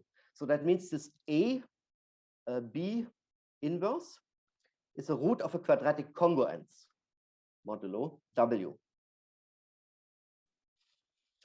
And this is of significance because when we boil down this counting problem to a system of congruences with certain constraints on the ranges of these lambda and mu, and then detect the congruence via additive characters, we are led naturally to linear exponential sums. But the key feature here is that disfraction occurs. So the Diophantine properties of disfraction is important, are important. A multiplicative inverse of B divided by W. So the result will depend on the Diophantine properties of disfraction. Now remember that so this AB inverse is a root of a quadratic congruence. So what we use here is Cooley's approximation of x divided by W by a fraction with smaller denominator, namely by a fraction with denominator of size about square root of the denominator. So this occurs in his work on the quadratic divisor problem. So just using the theory of binary quadratic forms, he gets such an approximation. And so this is the, so without this, we would not be able to finalize the treatment of our type 1 and type 2 sums. Actually, we would not be able to get any non-trivial exponent if we had not this property that we can actually approximate this fraction of the root, but root of the quadratic congruence divided by the modulus can be approximated by a rational number with denominator in a convenient range. Okay, so that is interesting that this shows up in the method, and this distinguishes the real quadratic case from the imaginary quadratic case and the case of Q. Okay, so I'm at the end of my talk. Thank you very much for your kind attention. Okay. Okay, so thank you very much. So is there any questions or comments? Yeah, I have a question if I can ask. Please. Yeah, hello. This is Sudhir here. Yes, hello. The first is in the integer setting, what happens if you consider periodic norm? I mean, is there anything known? That's interesting. Is that actually so? Converse to the absolute norm. Yes. So what a PhD student and me are looking at is a function field version of that thing. Oh, I see. Yeah, and in fact, so in this case, one has of course the Riemann hypothesis. So therefore, one gets this full analog to Matomeki's result for the function field FQT. But for so now we look at quadratic extensions to try to get this full analog of Matomeki's result in this setting. Yeah, that's interesting. Yeah, and thanks. And the second question is from the exponential sums was appearing in between on the talk. Are you getting some kind of equidistribution result?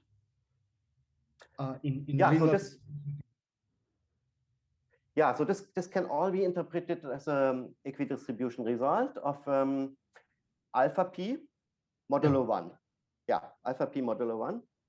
And p are prime ideals? Or? Yeah.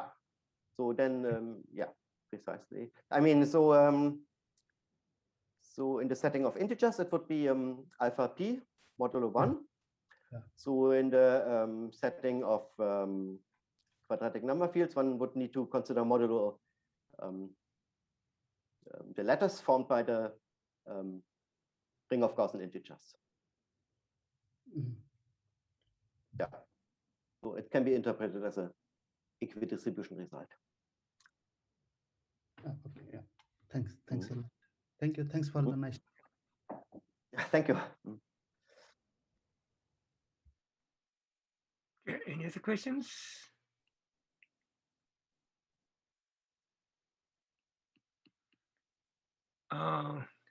I think there's one question on the chat. So concerning the condition of the Harman Sieve.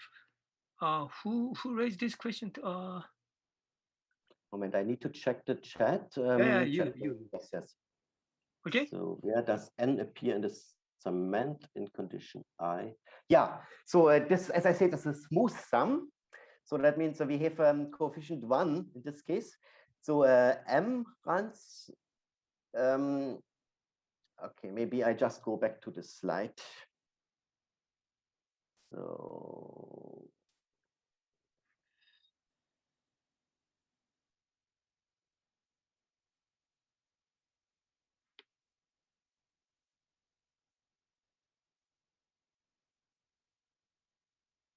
yes. Yeah, so m runs an interval 1 to capital M, and n runs over all integers such that the product mn is in A. So in our case, A consists of the, okay, at least on the right-hand side, it consists of all the integers between n½ and n. So that means n lies between capital N divided by 2m and capital N divided by m. So the n, actually the n range depends on the m range here, on the m, on the little m. But so we don't have an extra coefficient bn here, so which makes these type 1 sums convenient. Oh, yeah, but now I see actually he said it's okay. Yes, good.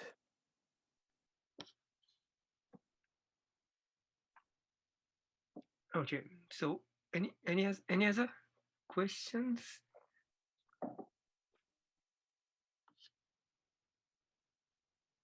So if not, so let's thanks to the speaker. And yeah. And now we immediately go proceed to the next talk. Okay. Can you share? Okay. First, Stefan. Oh, yeah. Yeah, You I have will to kick him out. finish. You have to kick him out. Yes, kick me out. Yes.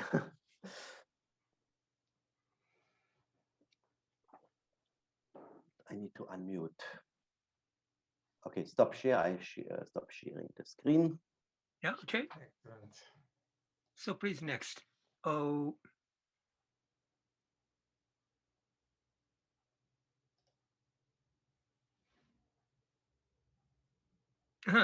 It's coming.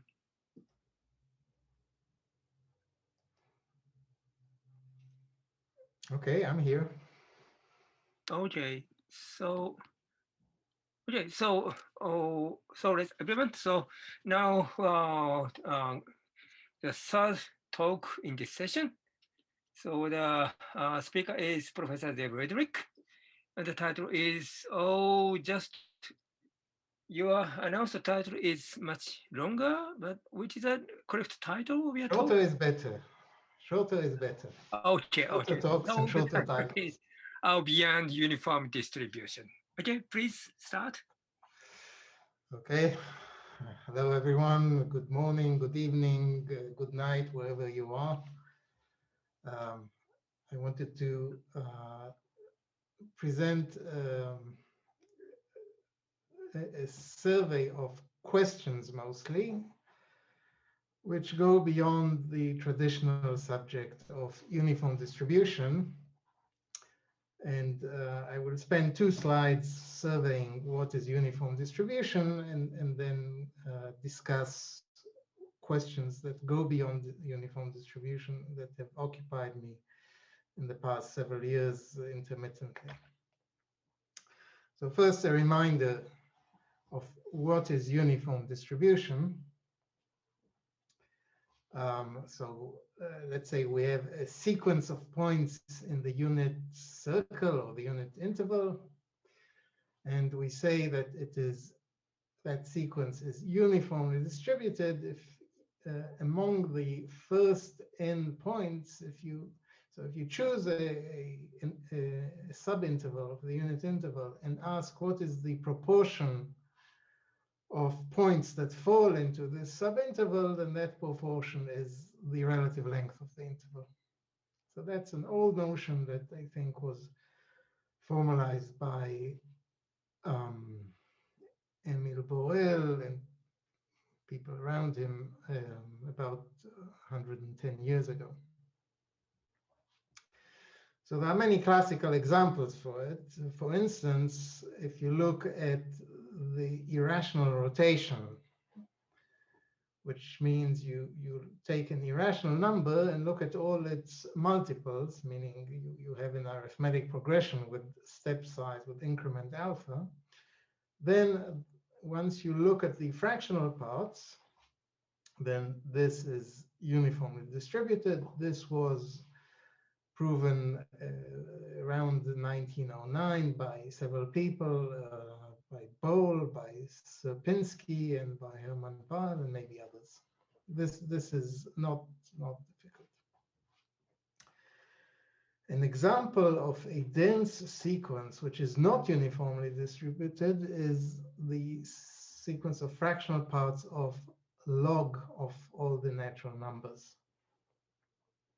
Okay, so it's easy to check that they are dense, and it's also quite easy to convince yourself that they are not uniformly distributed. So it's not that every sequence is uniformly distributed.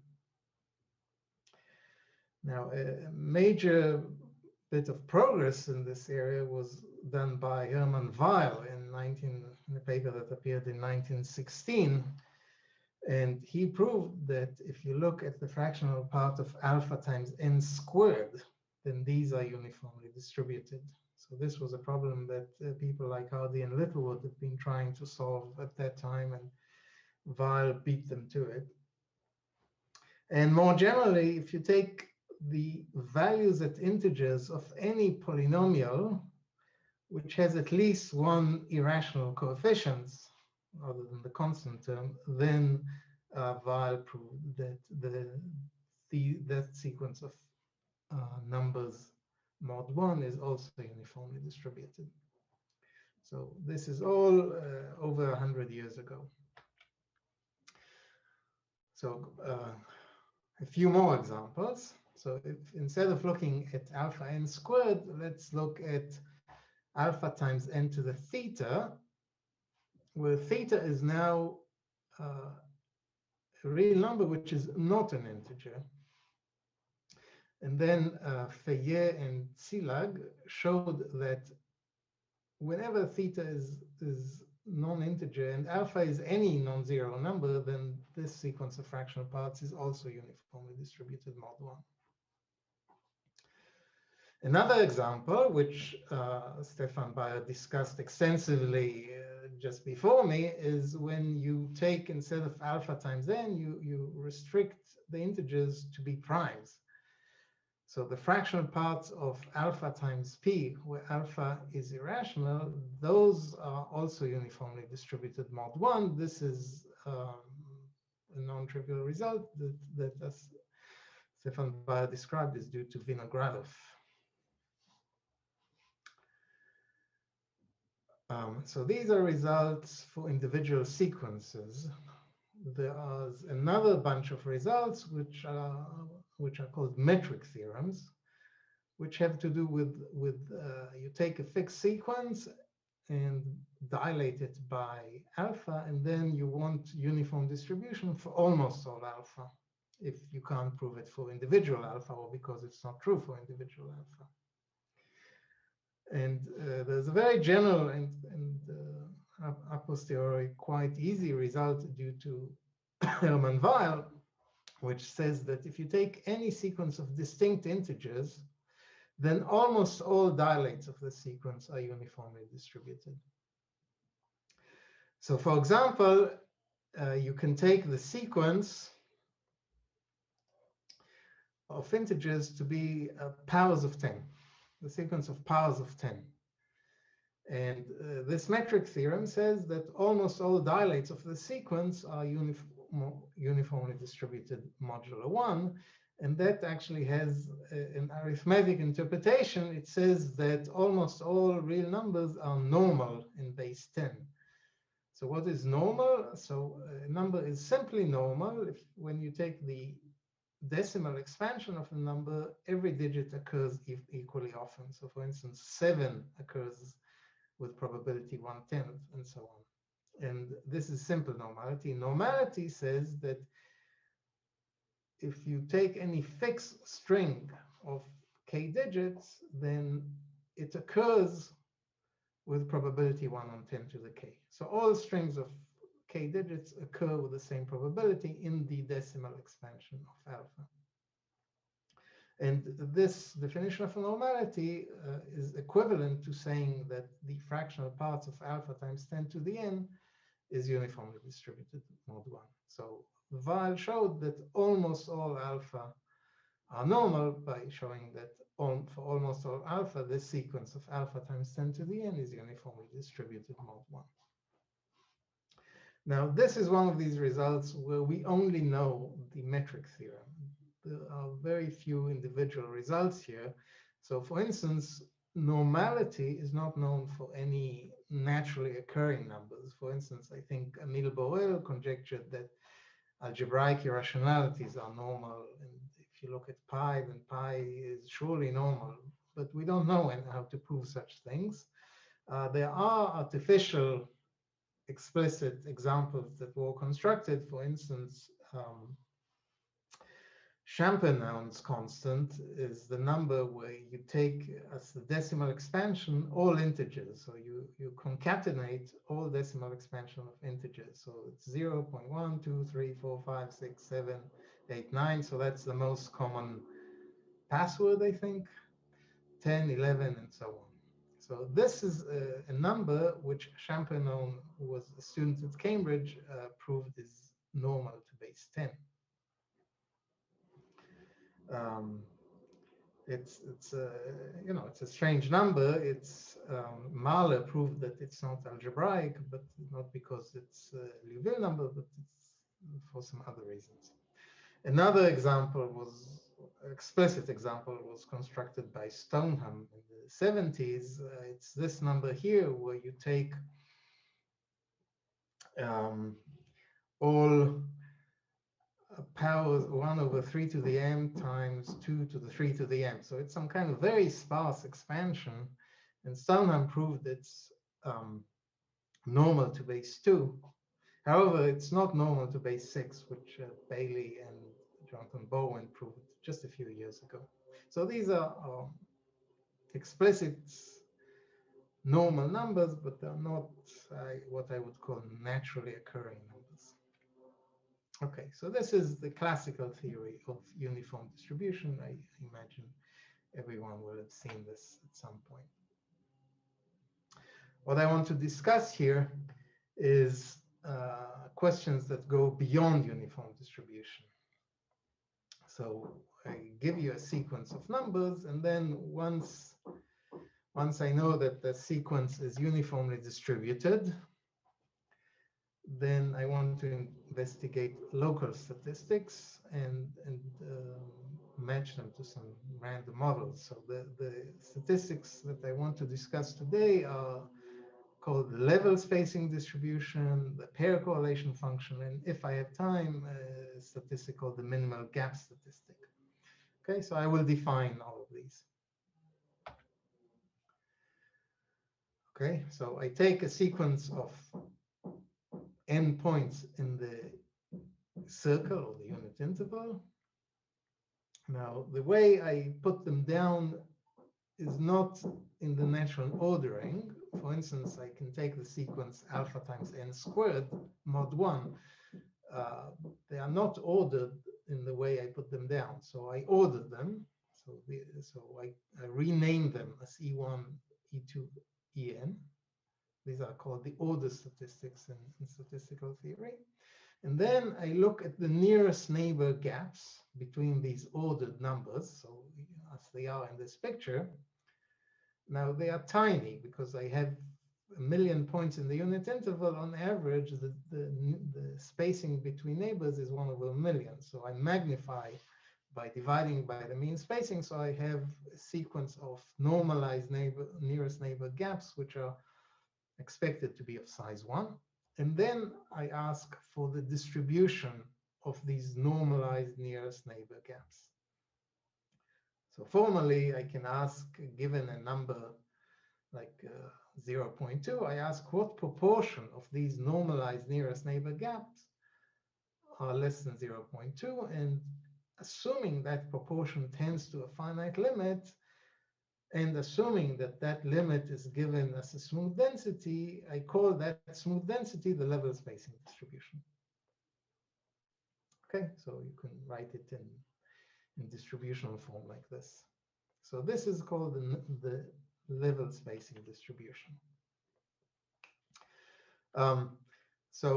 Let's see a few random models for this level spacing distribution. So the easiest model is you take 100 points which are equally spaced. So the points 0, 1/100, 2/100, and so on. So the nearest neighbor gaps here are just 1/100, and you magnify them by multiplying by 100 like this. This is the normalized nearest neighbor gap, so you get 1 all the time. So you get a very boring distribution for the level spacing distribution. It's a delta function at 1. It's not very exciting. A more interesting model is called the Poisson model, and one realization of it is you just take independent, uniform, random variables in the unit interval. Okay, so you put down 1 million random points in the unit interval, and then you order them, and this is a non-trivial operation. You order them and you ask for the distribution of normalized nearest neighbor gaps, and there is an answer to this. It's an exercise in probability theory that the level spacing distribution in this case is an exponential. So this green curve over here, if you see in this picture, that's the exponential distribution, and that's the level spacing distribution for the Poisson models, random points in the unit interval. Other models which do occur in nature, but not in this lecture, come from looking at eigenvalues of suitable ensembles of random matrices. There are 2 popular ensembles. One is when you take random real symmetric matrices and put them, compute eigenvalues and put them in position that they are on the real line and ordered and normalized appropriately, and you get this, people computed the level spacing distribution. In this case, it's a non-trivial computation, and you get this red curve that you see here. There's no simple formula for it. It's a Fredholm determinant, but you see clearly that it's not at all like the Poisson answer. It's not at all exponential.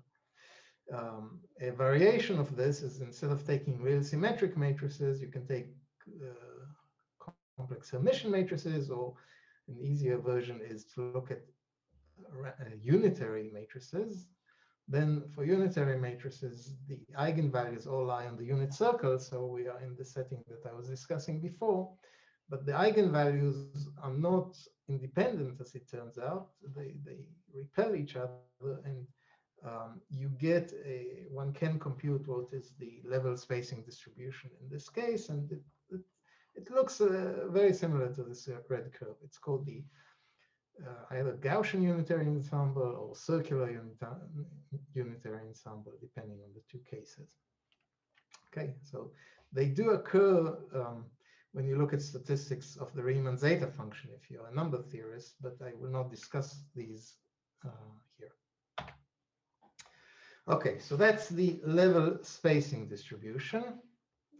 If there are any questions, this is a good time to ask, because I want to describe one more quantity, which is called the pair correlation function. So in the level spacing distribution, there is a non-trivial procedure that you have to do, which is to take the endpoints that you have and order them in order to compute these nearest neighbor gaps.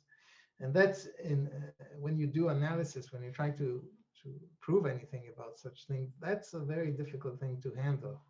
So a much somewhat easier quantity to handle is called the pair correlation function, where you look at differences not just between nearest neighbors, but between all elements of the sequences. So you look at pairwise differences of all elements of the sequences.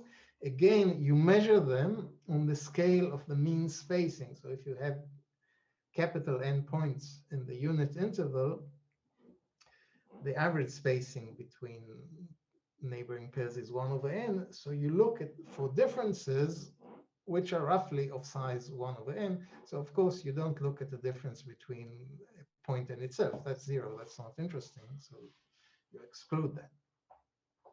And then you take all the n squared, roughly, pairs of points. You ask for how many of these n squared points is the distance between them less than t times the average spacing, so t over capital N. And you divide this by n, take a limit, hoping the limit exists, and if it exists and given by a density, then you call that density the pair correlation function. Okay. Now I wrote down a note for myself. Why do I divide by n and not n squared?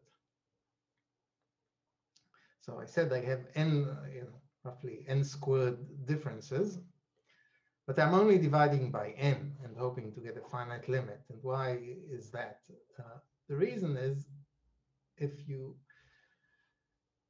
fix I, on average, and look at the distance of 1 over n from xi, on average, though, you only expect 1 point in there because the average spacing between nearest neighbors is 1 over n. So if you look at the scale of 1 over n, for each I, you only expect a bounded number of such j's, so that they're close to xi at a distance roughly 1 over n. And then there are n possibilities for I, and that's why I expect order of n pairs to contribute here, and that's why I divide by n. Okay, so again, this is a definition, and it's not obvious and not necessarily true that this limit exists, and then even if it exists, how to compute it. Okay, but analytically, it's a more tractable quantity because you don't have to order the points to compute it. And it's related to the level spacing distribution in the sense that it's essentially the second moment of the level spacing distribution. Now, you can compute what the pair correlation function is for the random ensembles. For the Poisson ensemble, I leave it to you as an exercise to show that the pair correlation function is 1. For the random matrix theory ensembles, it's a more involved computation. It can be done. And for instance, for the unitary matrices, it's given by 1 minus the square of the sine kernel. So in this picture here, the green line is the Poisson answer, just the density 1. But and the CUE example, this sine kernel is this orange line, which is 1 minus the square of the sine kernel, and you see it oscillates. Okay, so these are two quantities that I want to examine for the sequences that I've listed before in the classical theory of uniform distribution.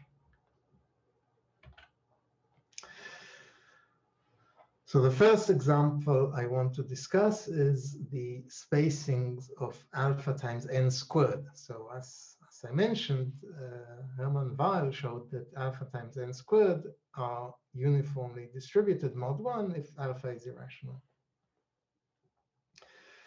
And several years ago, I was thinking about this and actually trying quite hard to understand the level spacing distribution. And here is a numerical experiment. So I took alpha to be root 2, square root of 2, and looked at alpha n squared when n runs from 1 to 2000. This is an easy thing to do numerically. Looked at the fractional parts, ordered them, and computed the histogram. And the histogram is this bar chart that you see here. And the blue curve is what you would get from e to the minus s. So in other words, you see very good agreement with the conjecture that the level spacing distribution is Poissonian in this case. So we conjecture that if alpha irrational is not enough. So it turns out that if you take Liouville numbers, then the spacings of alpha n squared just don't exist. There is no limit, so you shouldn't do this.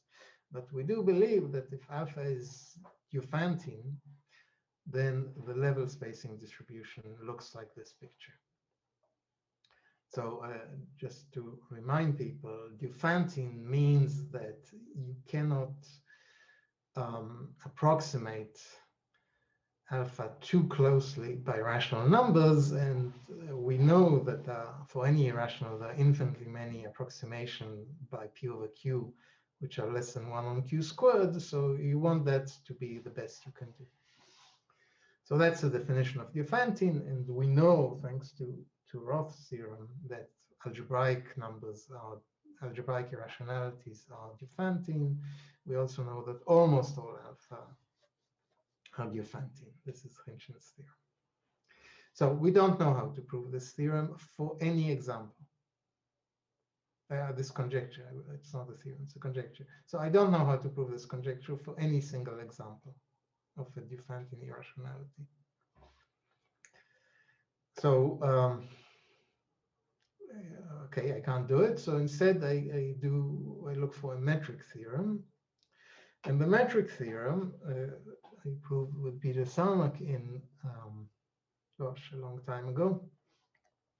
And it says that for almost all alpha, the pair correlation function is Poissonian. So I don't know how to deal with the level spacing distribution, but I do know the pair correlation function is Poissonian for almost all alpha. And the same result also holds if you take alpha times any integer polynomial, let's say n cubed plus 2n or something like this. So this is something that we do know, the pair correlation almost surely. We don't know it for any we do not know it for any individual value of alpha, but we know it almost surely. Okay, so this is alpha times n squared. So I was trying to do alpha times n squared, with not succeeding very much, and then I had an epiphany that if you twist, if you rotate your sheet of paper and instead of n squared do 2 to the n instead of n to the 2, then you may get something that is easier to study. And indeed it is. So what I showed with Alexandru Zaharescu, again some time ago, is that for almost all alpha, not only is the pair correlation of alpha times 2 to the n Poissonian, but we can actually do the level spacing distribution. So this is something that we don't know how to do for alpha times n squared, but we do know for alpha times 2 to the n. Okay, so the level spacing distribution is e to the minus s for almost all alpha. So this translates into some arithmetic statement about the binary expansion of alpha, but I won't go into that. I should say that I do not know any example of alpha where you can actually prove that the level spacing distribution is Poissonian. So if you recall in the beginning of this talk, I explained that for uniform distribution, while we would like to prove that, let's say, square root of 2 is normal, that is, square root of 2 times 2 to the n mod 1 is uniformly distributed. We don't know how to do it, but there are explicit examples which are fairly simple to write down where you can prove normality. But it turns out that these explicit examples, and this is not that surprising, the level spacing is not Poissonian. They don't have a pair correlation function. So for instance, this Champernowne constant that I mentioned, so in base 2, it's you just write down all base 2 expansions of integers, concatenate them and make them into an irrational. So the pair correlation function of alpha times 2 to the n for this number is not Poissonian. And the same goes for the Stoneham numbers. The Stoneham number, the pair correlation mod of alpha times 2 to the n is not Poissonian. So we don't know any explicit example where you can write down where the pair correlation function is Poissonian, even though it's true for almost all alpha. Okay, so that's alpha times 2 to the n. Now, it's not the case that everything you write down is Poissonian. I showed you a couple of things, but there are simple things that you write down which are not Poissonian. For instance, the simplest sequence of all this, the Kronecker sequence, irrational rotation. When you look at the fractional parts and order them, there's an amazing thing. The nearest neighbor gap only achieve at most three values. The particular values depend on how many points you've taken. If you've written down the first 100 points, then you have 3 values for the nearest neighbor differences. If you look at the first 200 points, you'll have 3 values again, but they will be different numbers. So this is a classical theorem. It's called the Three Gap Theorem, due to Vera Schoch and a bunch of other people. It keeps being rediscovered. It's a very simple thing. So in this case, the level spacing distribution does not exist for any alpha. It is what it doesn't exist. There's no limit.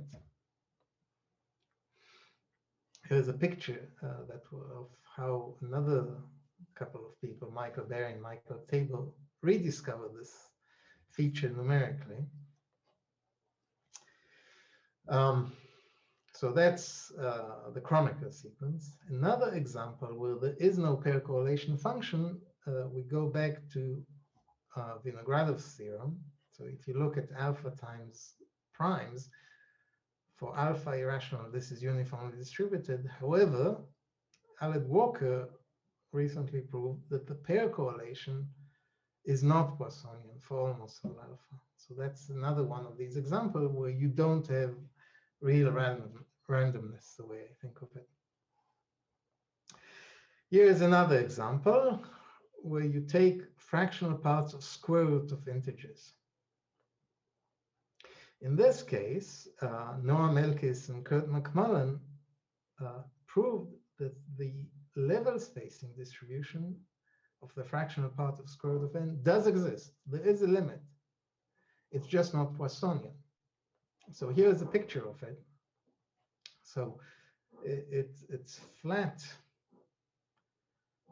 near the origin. It's constant, and then it decays, but it doesn't decay exponentially. It decays algebraically. Okay, so that proof uses a reduction to homogeneous dynamics, and then you use Ratner's measure theory classification for such context. So it's not an elementary computation. And then surprisingly, a few years ago, Daniel Elbaz and Jens Markloff and Ilya Vinogradov, who is completely unrelated to the other Vinogradov, showed that the pair correlation of the fractional parts of square root of n is Poissonian. Even though the actual sequence is not Poissonian, the level spacing distribution is not Poissonian, but it turns out that this distribution has a second moment, which is the same as the second moment of the exponential. I don't have a good feel for why this is true. I mean, these are two theorems, but how to reconcile them philosophically, I don't know yet. Okay, so these are non-Poissonian examples. But I think that square root of n is very, 1 times square root of n is very special. So if you look at numerics, if instead, so this is the level spacings of square root of n. If you multiply square root of n by cube root of 2 and do the same experiment, you seem to get Poisson level spacings.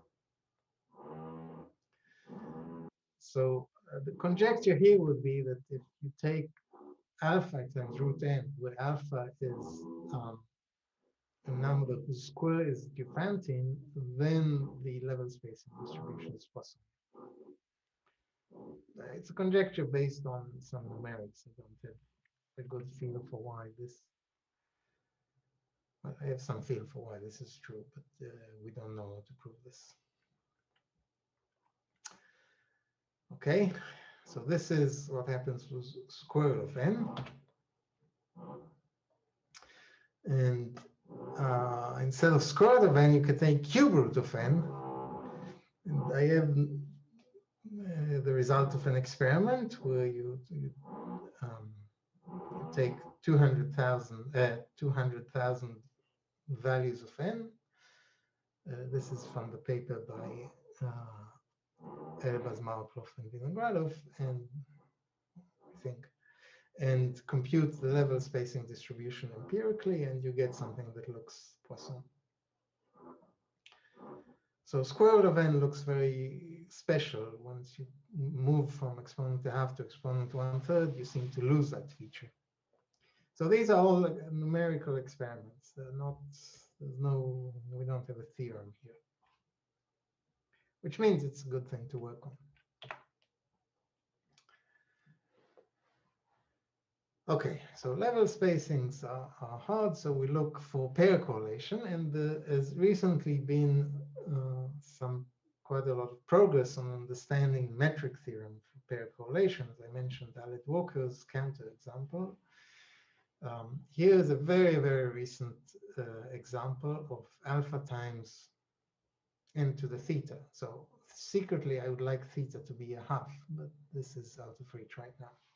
So the theorem that was proved by Christoph Eisleitner, Daniel Elbaz, and Mark Munch just a few months ago says that if you take an exponent which is bigger than 1, non-integer, the integer exponents we know already. So if you take a non-integer exponent bigger than 1, then the pair correlation of alpha times n to the theta is Poissonian for almost all alpha.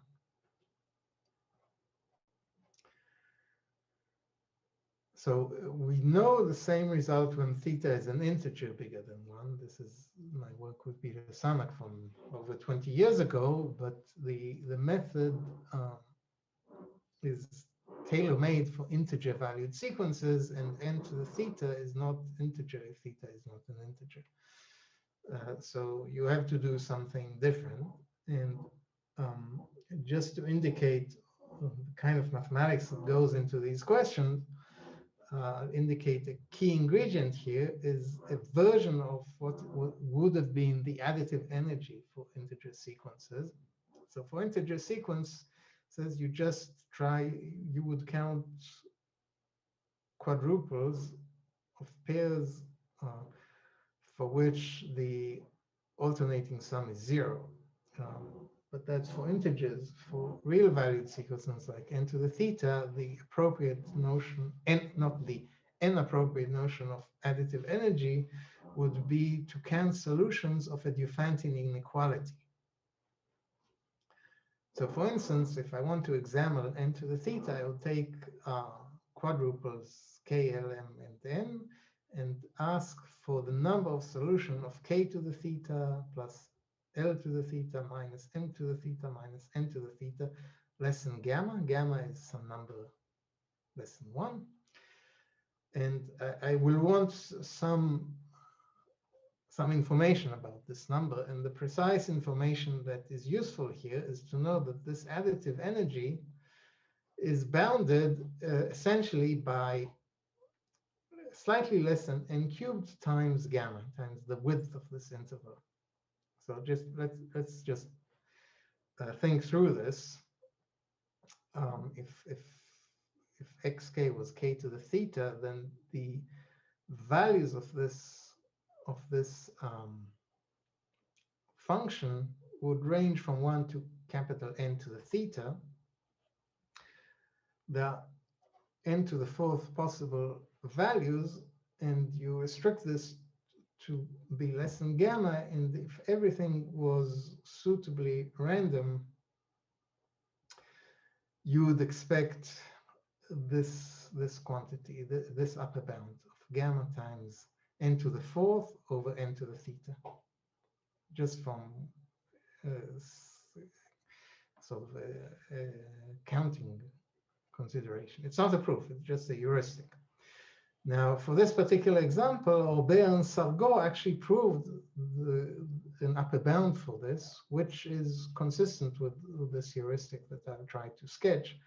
And they proved that this additive energy for the sequence f n to the theta is bounded by gamma times n to the 4 minus theta. That's the heuristic. There's a safety valve of n to the epsilon. And you also have to include n squared because there are diagonal solutions here. For instance, if k equals m and l equals n, then this sum is 0, so certainly less than gamma. So you have it for free n squared solution. So Aubert and Sargot proved an upper bound, which is certainly the correct upper bound. Now, what Eisleitner, Elbaz, and Munch did, they have a general criterion that allows you to prove almost sure pair correlation is Poissonian. And the criterion says that if you have a sequence which is far apart, so n to the theta when theta is bigger than 1 is the example, and the additive energy satisfied a bound like this, so never mind the n squared, it's less than gamma times n to the slightly less than n cubed, then the method gives that for almost alpha, the pair correlation is Poissonian.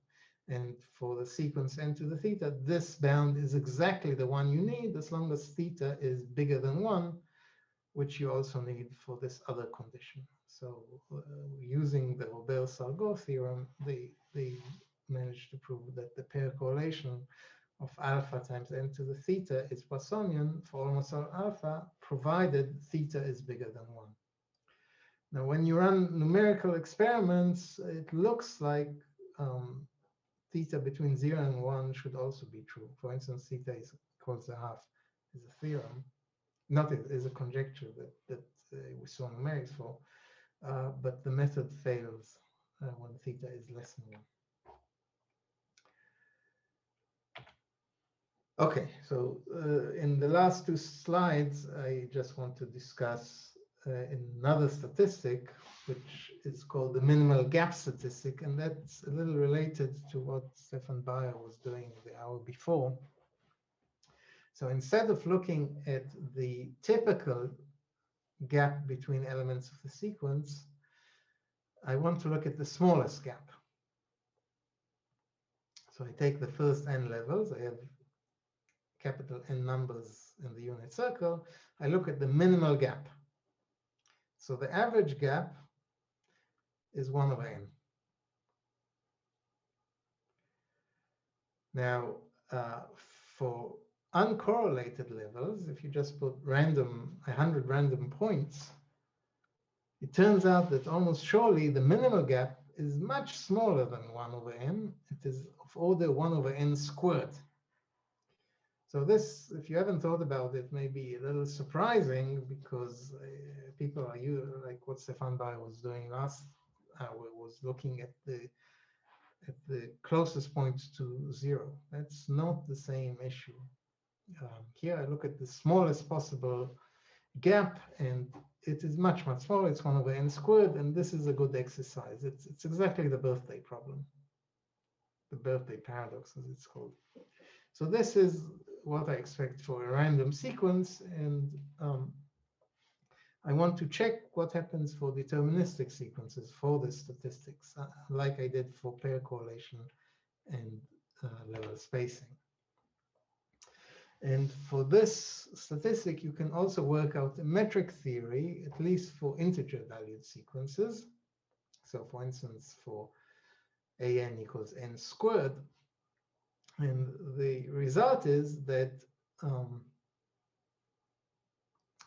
if you know something about the additive energy,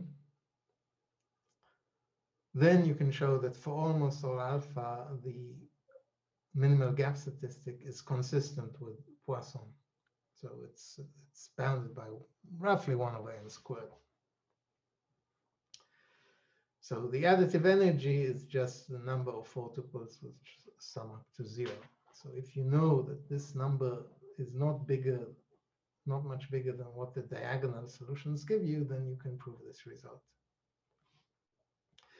So this you can prove for instance, for integer valued sequences, which are powers of n, as long as the power is bigger than 2, or for 2 to the n, and so on. This criterion is easy to check in those cases.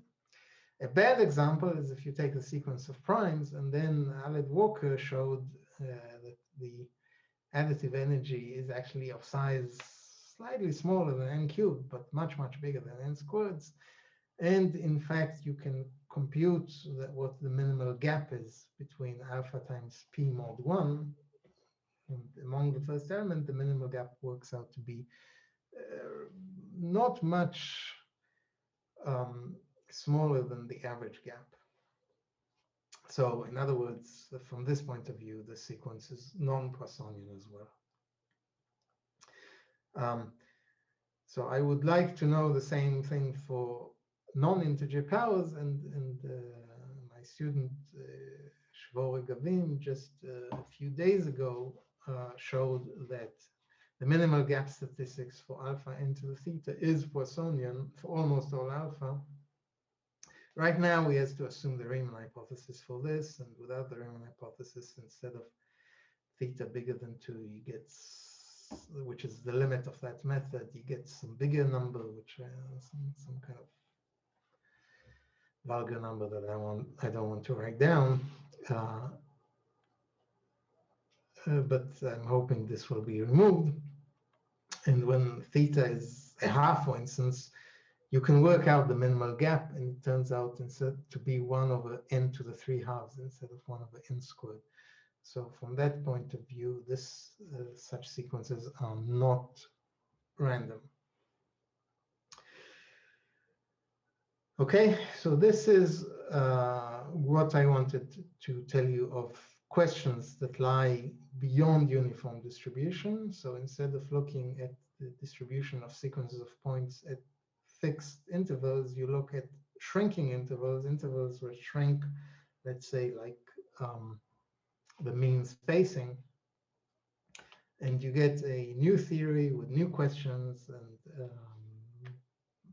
there's lots of things that one can try to do. So I mentioned that, for instance, for alpha equals √2, to prove that the level spacing distribution or the pair correlation function of √2 times n² are Poissonian. This is not known. Or the fractional parts of alpha times √n are Poissonian if alpha is defined in irrationality, and so on. Okay, so that's all I wanted to tell you. Thank you for your attention. Okay, thank you very much. So, is there any questions, comments?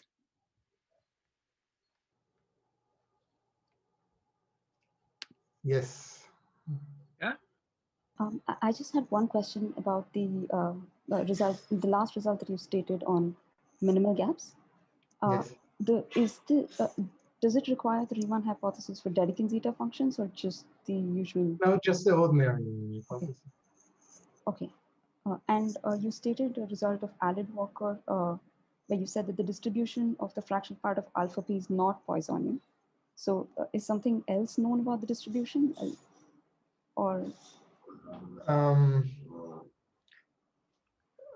So what Alid-Walker did was compute this additive energy and actually establish what it was. And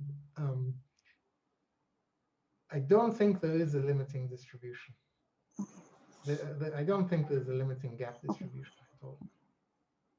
Thank you.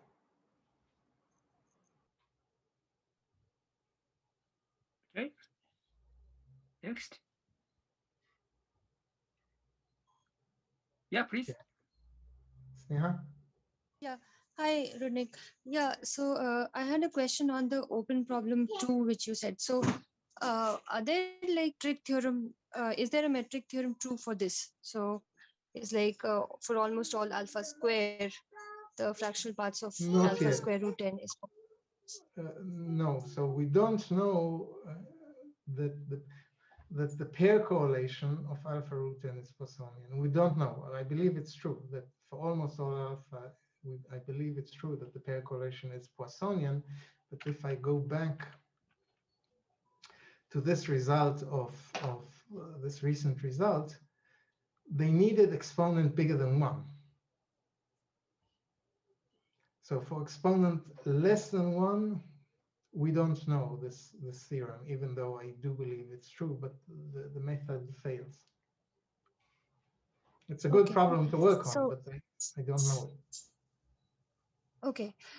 Thanks so much for pointing out this result of Eisliner and Munch, because so along with Nader Visha, we just showed that for almost all alpha, if A of n is lacunary, then the level spacing is Poissonian. Well, the level spacing exists. So the k-level correlations is Poissonian. So lacunary sequence, you should know this. This is an old result of Zacharescu and mine that I mentioned. You probably have something else in mind. No, but that's for integers. So you did for non-integers. So I didn't say this. Unfortunately, there's a recent paper of mine with not with Mark Technow, with Nicholas Technow that does this. It just appeared. But that's not for k-level correlation, does it? So we did. Okay, thank you. Now I understand what you said. Okay, so we did pair correlation, and you did all k-level correlations. Right. Okay. So that's very nice. So you now know the. So let me just show people what Sneha is discussing. I didn't know about this result. So she's doing the analog of this result, where instead of alpha times 2 to the n, you look at alpha times e to the n. That's an example. And thus I was trying to convince you, once you move for integer sequence, the problem becomes much harder. So Sneha just did this thing for the analog of this thing for non-integer sequences, for lacunary non-integer sequences. Yeah, thank you for telling me. Thank you. Okay. So next, maybe Sudhir? Yeah. Hello, sir. By any chance, do you know? You need a haircut. You need a haircut. You're obviously being affected badly by the corona. By any chance, do you know any other example like n theta where the level spacing behaves so badly? Will the level spacing behave? No. So n to the half looks to be really exceptional. So this is no, not bad, the it's just exceptional. I am asking about the n theta and the conjugative gap cardinality is less than or equal to 3, like three gap theorem. Oh, the three gap theorem. So is So there the any? three gap theorem, there are higher dimensional. So this, let me try to find this picture if I can. Because, yeah. So the three gap theorem is true for alpha times n, and again, this is ancient. There are higher dimensional versions of this, where n can now range over lattice points or values of linear forms, and there's actually some really recent work by Alan Haynes and Jens Markov that look at the higher dimensional version, and in, let's say, in 2 dimensions, I think they prove that there are almost 5 gaps, and then in higher dimension they conjecture 7 that can prove 11. So there is some very recent work on variations of this, when instead of alpha times n you look at linear forms or points in the lattice. They are exceptional, but they have a nice theory to them, and people are going back to this. So it's something that would be useful to look at. Yeah, thanks a lot for pointing out that. Very nice talk. Thank you. Thank you. Yeah. Okay. So any other questions? Comments?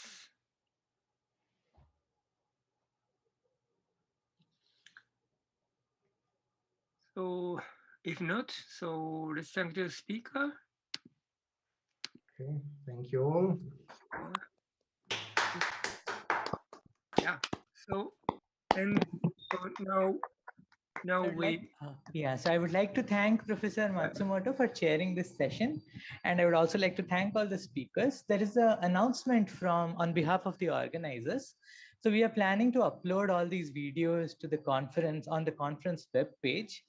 For now, we have only uploaded yesterday's first session because many people were not able to get in. As long as all the speakers are okay with it, we would like to upload all the videos of the YouTube videos on the conference webpage. We would also like to request all the speakers to please send their slides to the organizers, so we could include that as well.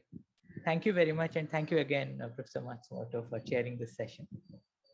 So we will reconvene in about half an hour at 4:30 p.m. Indian Standard Time for the third session. Bye.